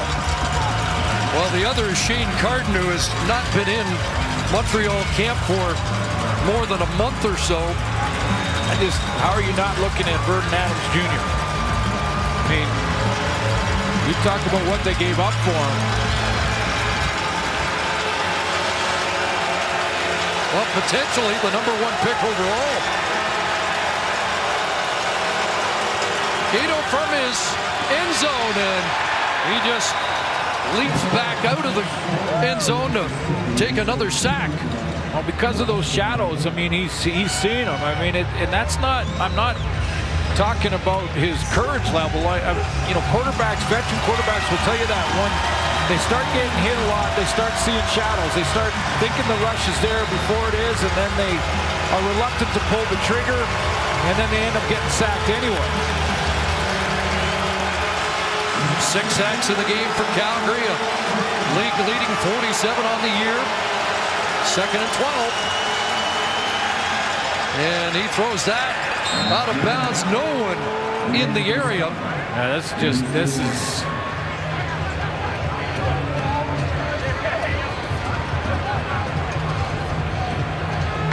It's hard to watch. I mean, you know, I just saw a couple of receivers come off the ball too, like it was walkthrough.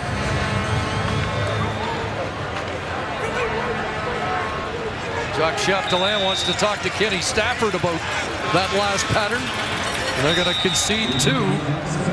And so it's 22-0. Jacques Chapdelaine's Alouettes 4 for 13 on 2nd down conversions. On the other hand, Mr. 2nd down conversion, Markway McDaniels, helps spark this offense after a slow start.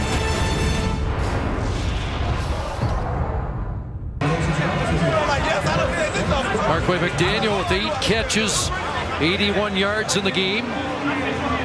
Getting set to go back on offense.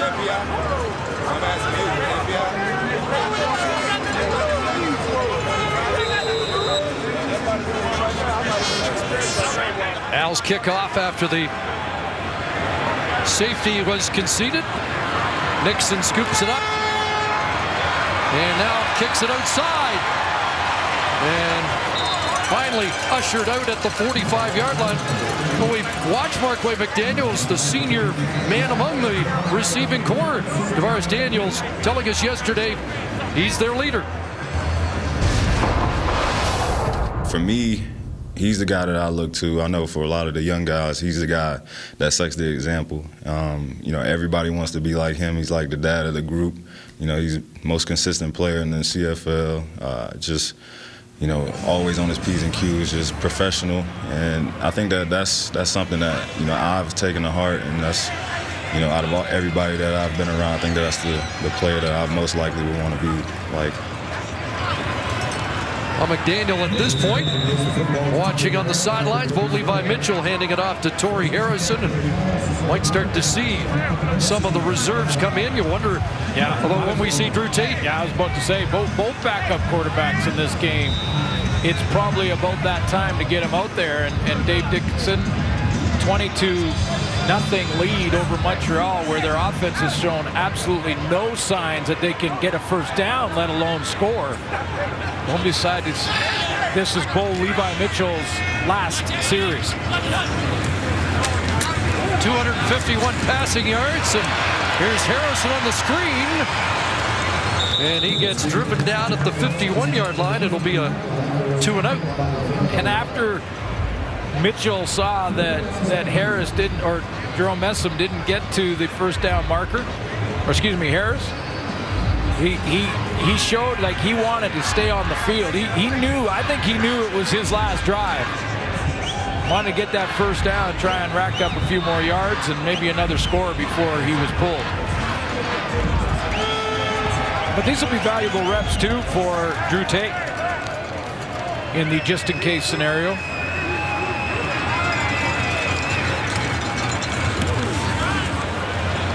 Line drive on a hop for Logan.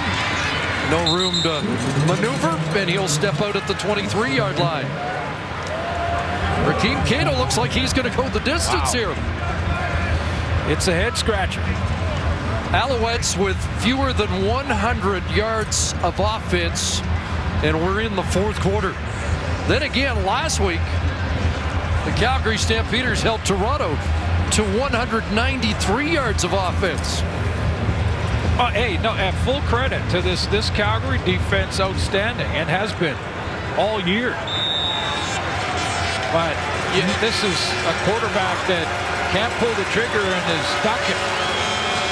Negative yardage in this second half for Montreal, and a short gain for Rutley. Duron Carter's been shut out tonight. 0 catches. You know, and then you got to take a look. I mean, if we watch Duron Carter, he's in the short side of the field right here with P.J. Cunningham. Watching them in this play, are they helping their quarterback? Cato steps up. There's Cunningham. A catch and a first down across the 35-yard line. And I believe that's the initial first down of the second half. Well, isn't it the first completion of the second half? That's the first completion of the second half. I mean, you know, I'll say this too about Vernon Adams Jr. He comes from the Bo Baldwin school.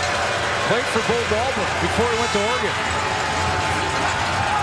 Now for Jaguar, and that's incomplete. In fact, I read an article, and I've told this story before, but of course, Bo Baldwin coaching Mike Riley, Bo Levi Mitchell, Matt Nichols as well. And in this article mentioned that he feels like Vernon Adams Jr. may be the best of the bunch when given an opportunity. And when I read on, there was discussions of that he may not blow you away in the practice setting, but he's a gamer. Well, how do you know?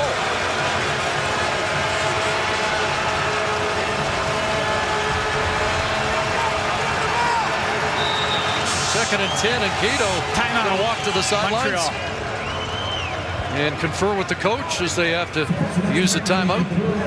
And it looks like he couldn't hear the play call.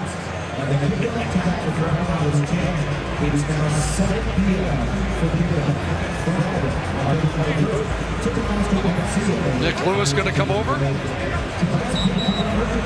A little surprised they haven't gotten to Lewis more, considering that nothing's working and he's about as reliable a safety blanket as there is. I mean, check downs, first down, those little throws to the flat, 5-6 yards, none of that. None of that all game. And it seems to me that Rakeem Cato's so close to just losing it. Second and 10. And now he'll go underneath to Rutley. Singleton there to wrap him up at the 40. And it's just 3 yards, and the punt team will be called upon again. I mean, he went over there with great frustration and talked to Jacques Chapdelaine. Now he's you can see just by his body language how angry he is, almost like he's just ready to just snap.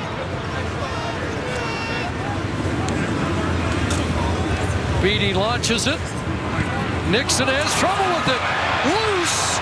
And Charette diving in there. Who came up with it? Montreal says they've got it. And they do. S.J. Adera comes up with a football. That's the second time in the game that Jamal Nixon mishandled a punt, and this time it costs them. And the Alouettes get it deep in Calgary territory.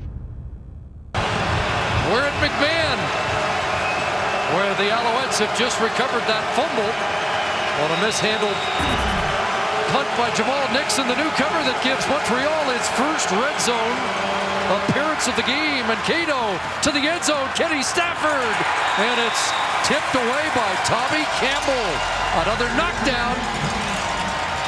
Tommy Campbell's on my all-star team.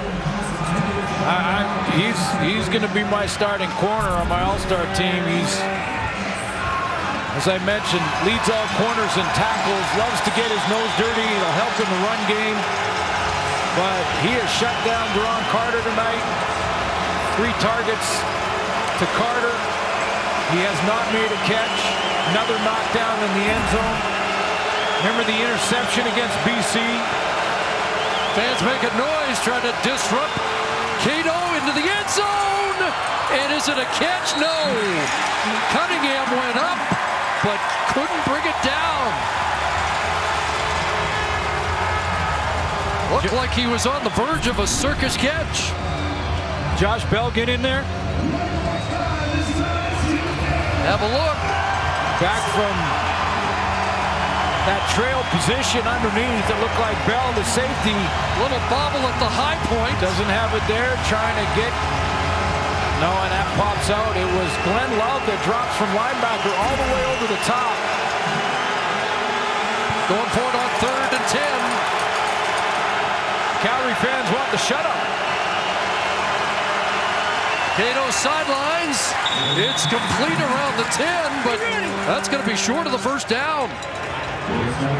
Cunningham the catch, but that's a turnover on downs. And for the Stampeders, that's the 15th time they've turned it over on downs this year. And it's been that kind of night. Cato with finally a couple of completions, but when he needs 10, he got 9.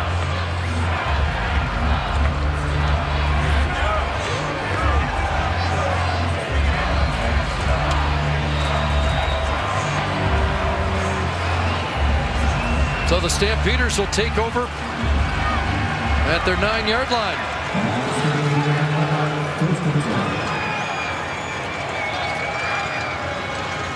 Mitchell stays in the game, 44 yards away from another 300. Hands it off inside to Torrey Harrison, who gets driven back.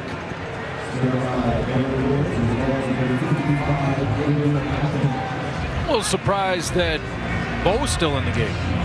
I was wondering if Dave Dickinson decided, I'm not going to send another guy in to start inside the 10. Well, but I haven't even seen Drew Tate warming up. No. I thought I would see him warming up for the last 10 minutes or so. We have a camera in the dressing room at halftime. It looked like he was limbering up as if he might be coming in, but no, he hasn't. And Daniel just got leveled by Jonathan Mincy. Says it was a headshot. What a hit that was, as McDaniel bobbled it and then got separated from it. Yeah, bit of a high throw.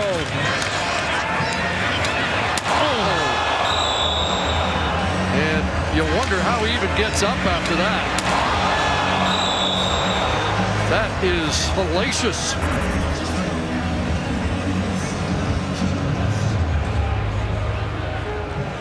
I am shocked that McDaniel, he's fixing the headgear right now. He's trying to.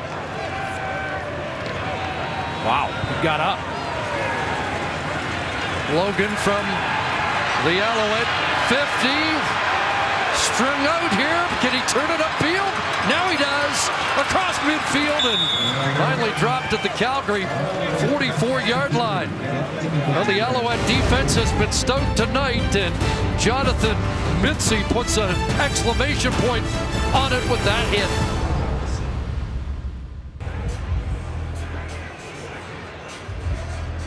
Mayo. Toronto FC Soccer on TSN continues tomorrow. Montreal takes on Toronto. Catch it 3 o'clock Eastern noon Pacific on TSN2 and in 4K. Cato going the distance, handing it off to Brandon Rutley, and a decent gain up the middle. Charleston Hughes the tackle as Rutley gets it down to the 36 and has 9. Rakeem Cato 9 for 20, 84 yards on the night. And he has been sacked 6 times, 21 times in his last 5 starts. Not much of a running game either. Stay on the ground. It's a Montreal first down. There's a limit to the substitutions that Dave Dickinson can make with a 22-point lead. We just saw Marquay McDaniel take a hellacious hit. And you say at this point in the game, is there any way that your #1 receiver could have been out at that point? And a backup playing, he's limited because of the limited roster sizes. But he's got to start thinking about that as well. Second first down of this second half, and there's another sack. And Cordero Law will get credit for it.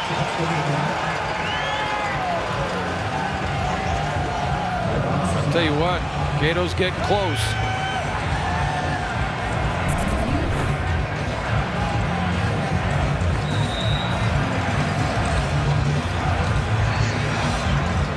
Inside move there.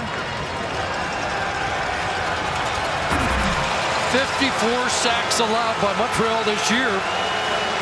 Boy, that was a 3-year total with Anthony Calvillo in his prime. There's a completion to Nick Lewis, so Nick's got his 4th catch of the game, and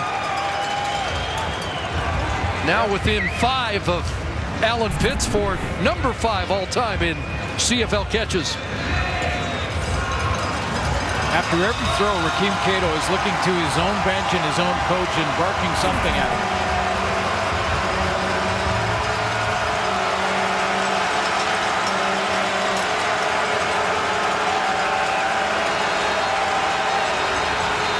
First down, Cato looking near the goal line and incomplete, almost intercepted.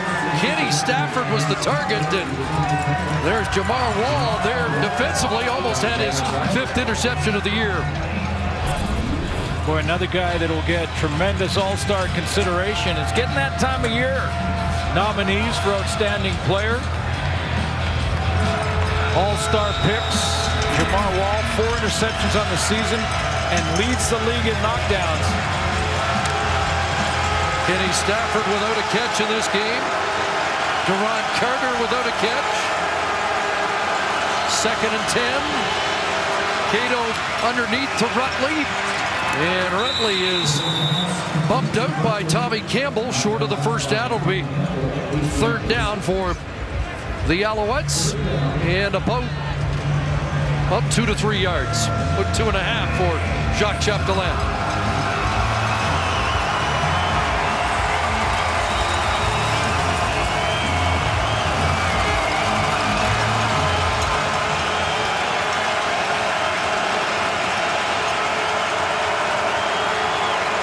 Stopped short the red zone the last time on 3rd down.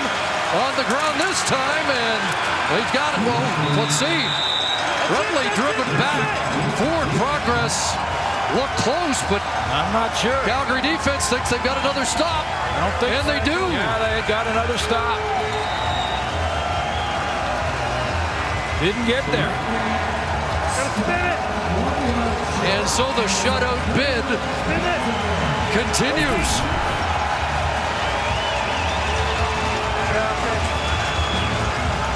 Boy, just eating up the blocks up front. Josh Bell comes up from the safety to help out. Alex Singleton, you know he'll be around the ball on a running play like this.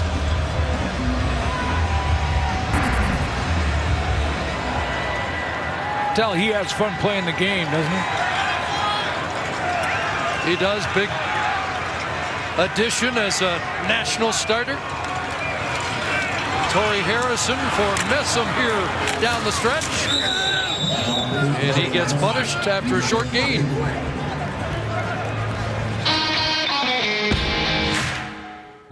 Those tough on the field deserve a truck that's tough on the road. The 2016 GMC Sierra.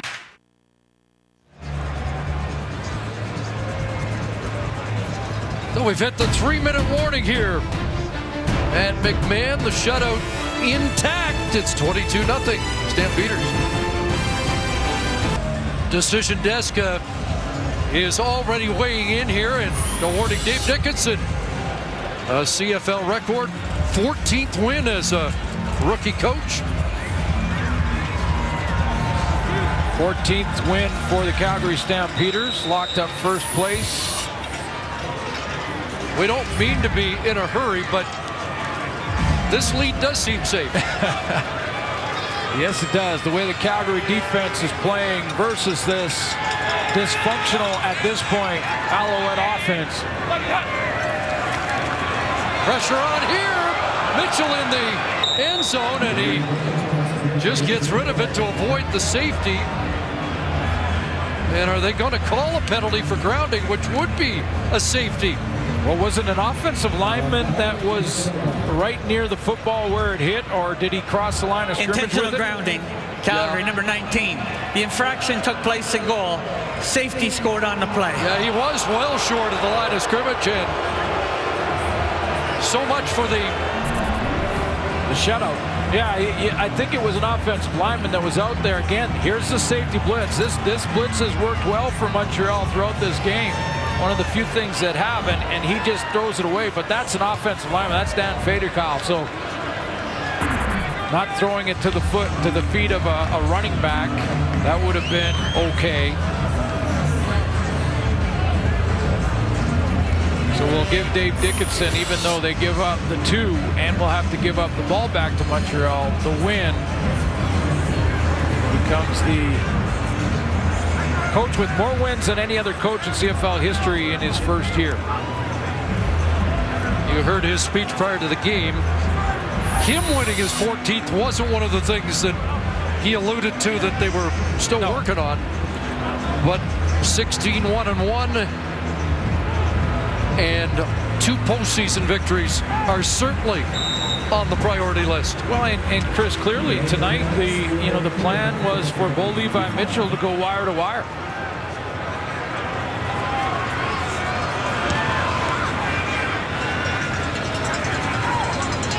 Which I guess a little surprising under the circumstances. It really is surprising to me. I mean, especially with the way his defense has been playing, for Dickinson to, I mean, I'm sure he's talked to Bo about it, and he's talked to Drew Tate, and they've come to this conclusion together. But and for different reasons, surprising that it's going to be a complete game performance for Rakeem Cato tonight. Yeah, for a completely different reason, absolutely. And are they going to look at Vernon Adams Jr. at all? Cato underneath, and Rutley, that's a fumble, and it's picked up, and Tommy Campbell is going to score. And I think they got the call right. It looked like a catch, a drop, and Campbell a touchdown.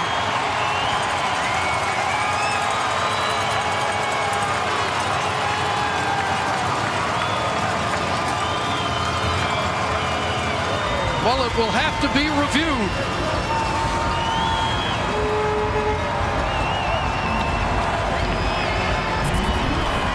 Let's see.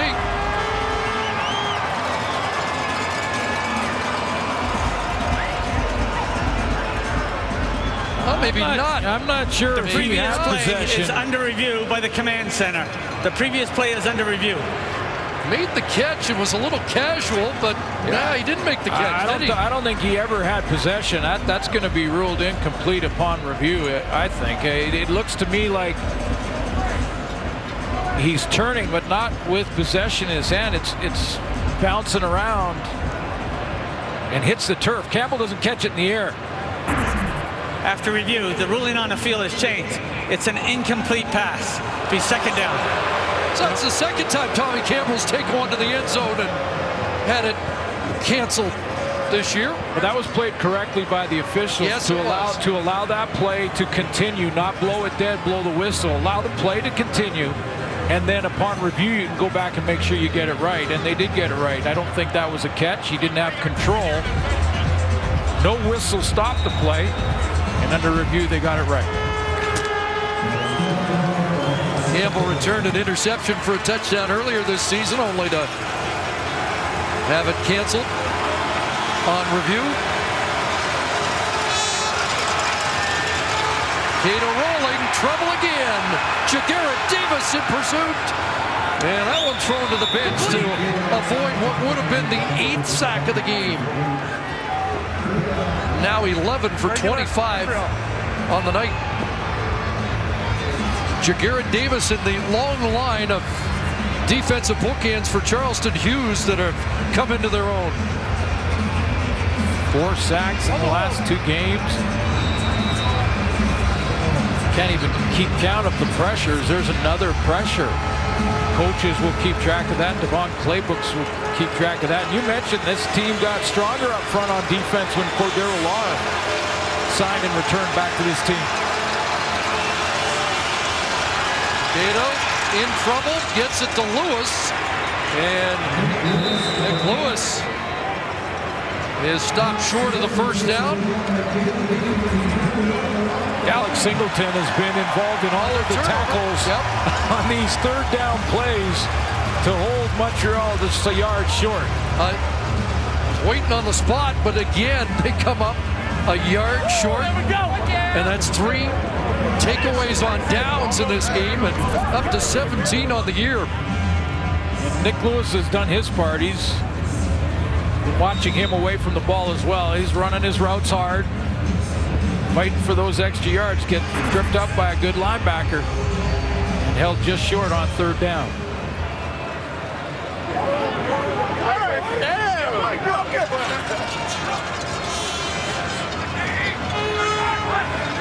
Mitchell remains in to hand it off, and Corey Harrison get the bulk of the work, and flag comes down on the play. Good run by Harrison. Let's see if it stands. This is the 15th consecutive win. Calgary, number 87. 10-yard penalty, remains first down. Simon Charbonneau-Campo on the hold. It'll be the 15th consecutive win by the West against the East. Saskatchewan earlier today, and now the Stampeders over the Alouettes. Boy, the East started first couple of weeks. They were in control, but as that switched around, and had a good year last year, the East Division as well. But this is a combination of Toronto and Montreal losses today ensures a crossover team in the West. Still not certain of which team that will be.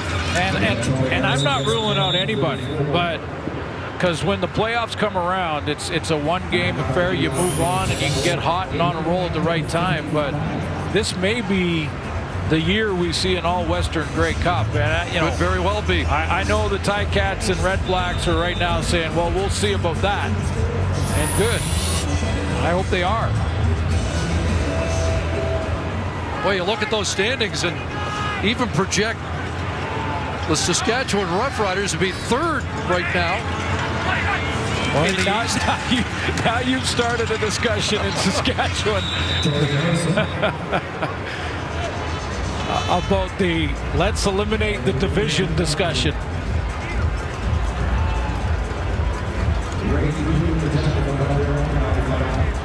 Punt team comes on for Calgary.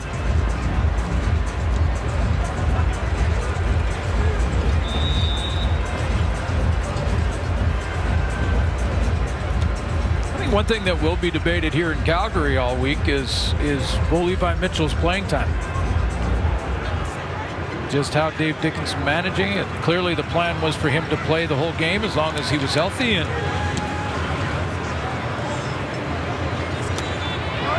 I wonder if that'll be as they continue. Well, here's the best Alouette on offense, and he got away. Logan down the sidelines and then gets collared by Malik Harris to save the day. Steph Logan with a big return. Time now for the Nissan Titan Player of the game brought to you by the Nissan Titan, official vehicle of the CFL. We're going to give it to 12 players.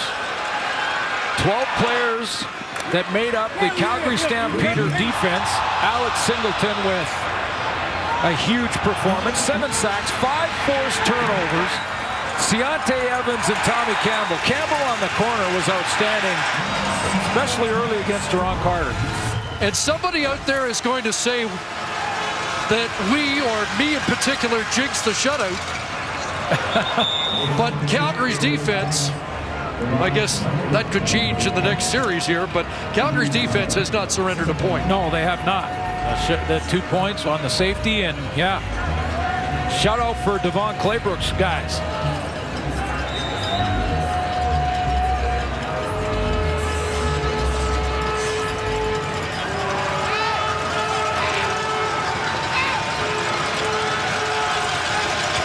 Cato up to 120 yards of passing offense, 2nd and 10.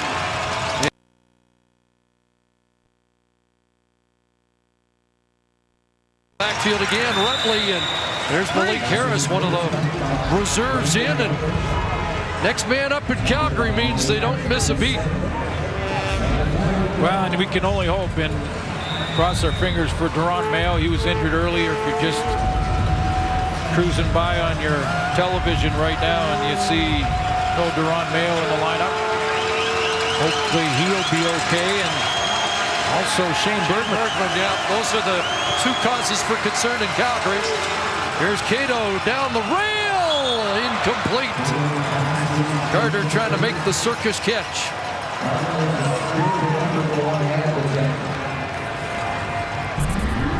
Oh, and now Tommy Campbell gets up limping. There's that great blanket coverage again.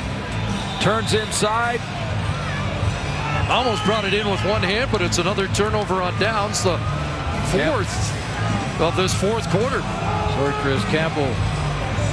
They targeted Duron Carter 5 times in the game, but he's come up empty. We are getting a challenge, though. Let's see if there's enough evidence to keep the Alouettes on the field. That's a good sign that Tommy Campbell is okay.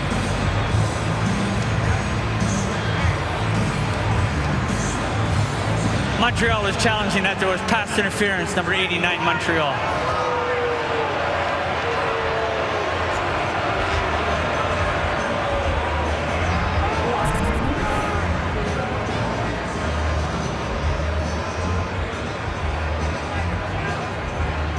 Do you see anything there?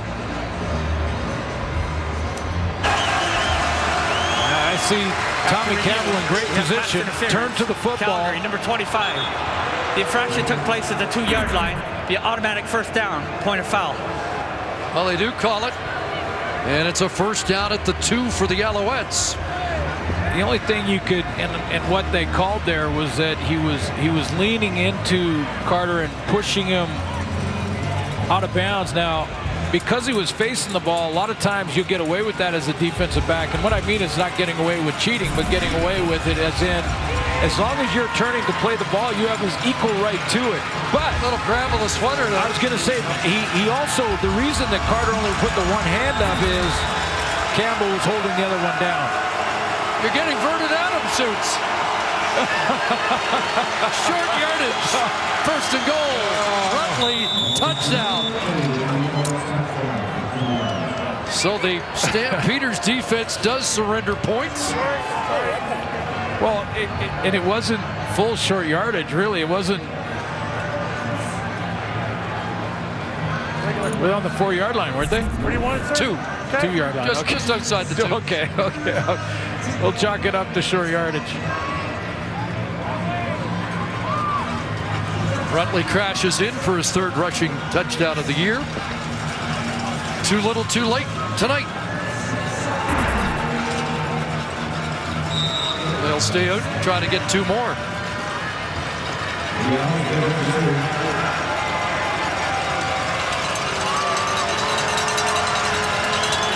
This is big Nick time, isn't it? Cato under pressure, falls well short of Jaguar. Heat on again, and the frustrating night has one more You ready? Play for Rakeem Cato. I'm just going to show you this. This is Nick Lewis right here. 2-point converts. Not a bad option. He's been pretty good option.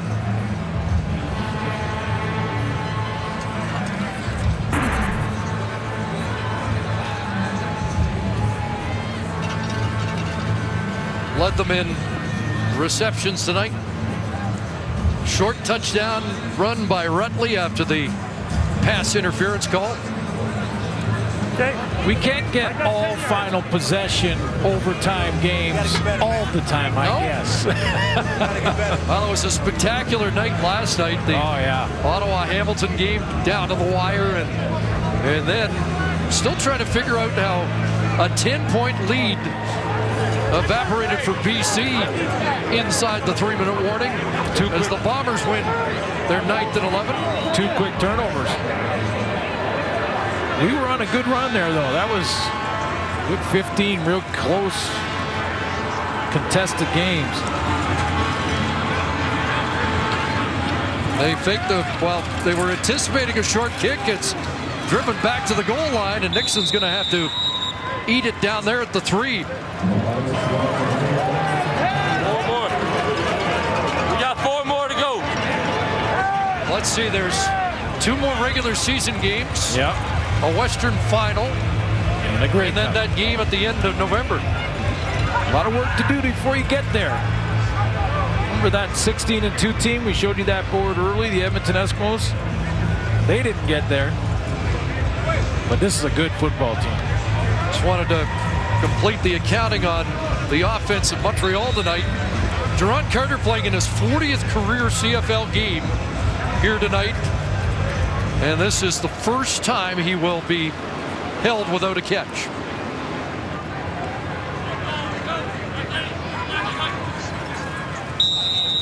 Should be one more knee from Mitchell, and this will be final. Yeah, you know, and it was a good effort by the Montreal defense for basically 2.5 quarters. They just ran out of gas, but just nothing from this Montreal offense, and Chatelain didn't pull the trigger on a change at quarterback. Fans who stayed around salute this team. The Calgary Stampeders have now won 13 consecutive games. That's a CFL record for Bo Levi Mitchell as a quarterback who has won 13 straight. They're unbeaten in 15. And they're now 14-1-1. Our next game next Friday, the rematch. Battle for first in the East, Tiger Cats and Red Blacks.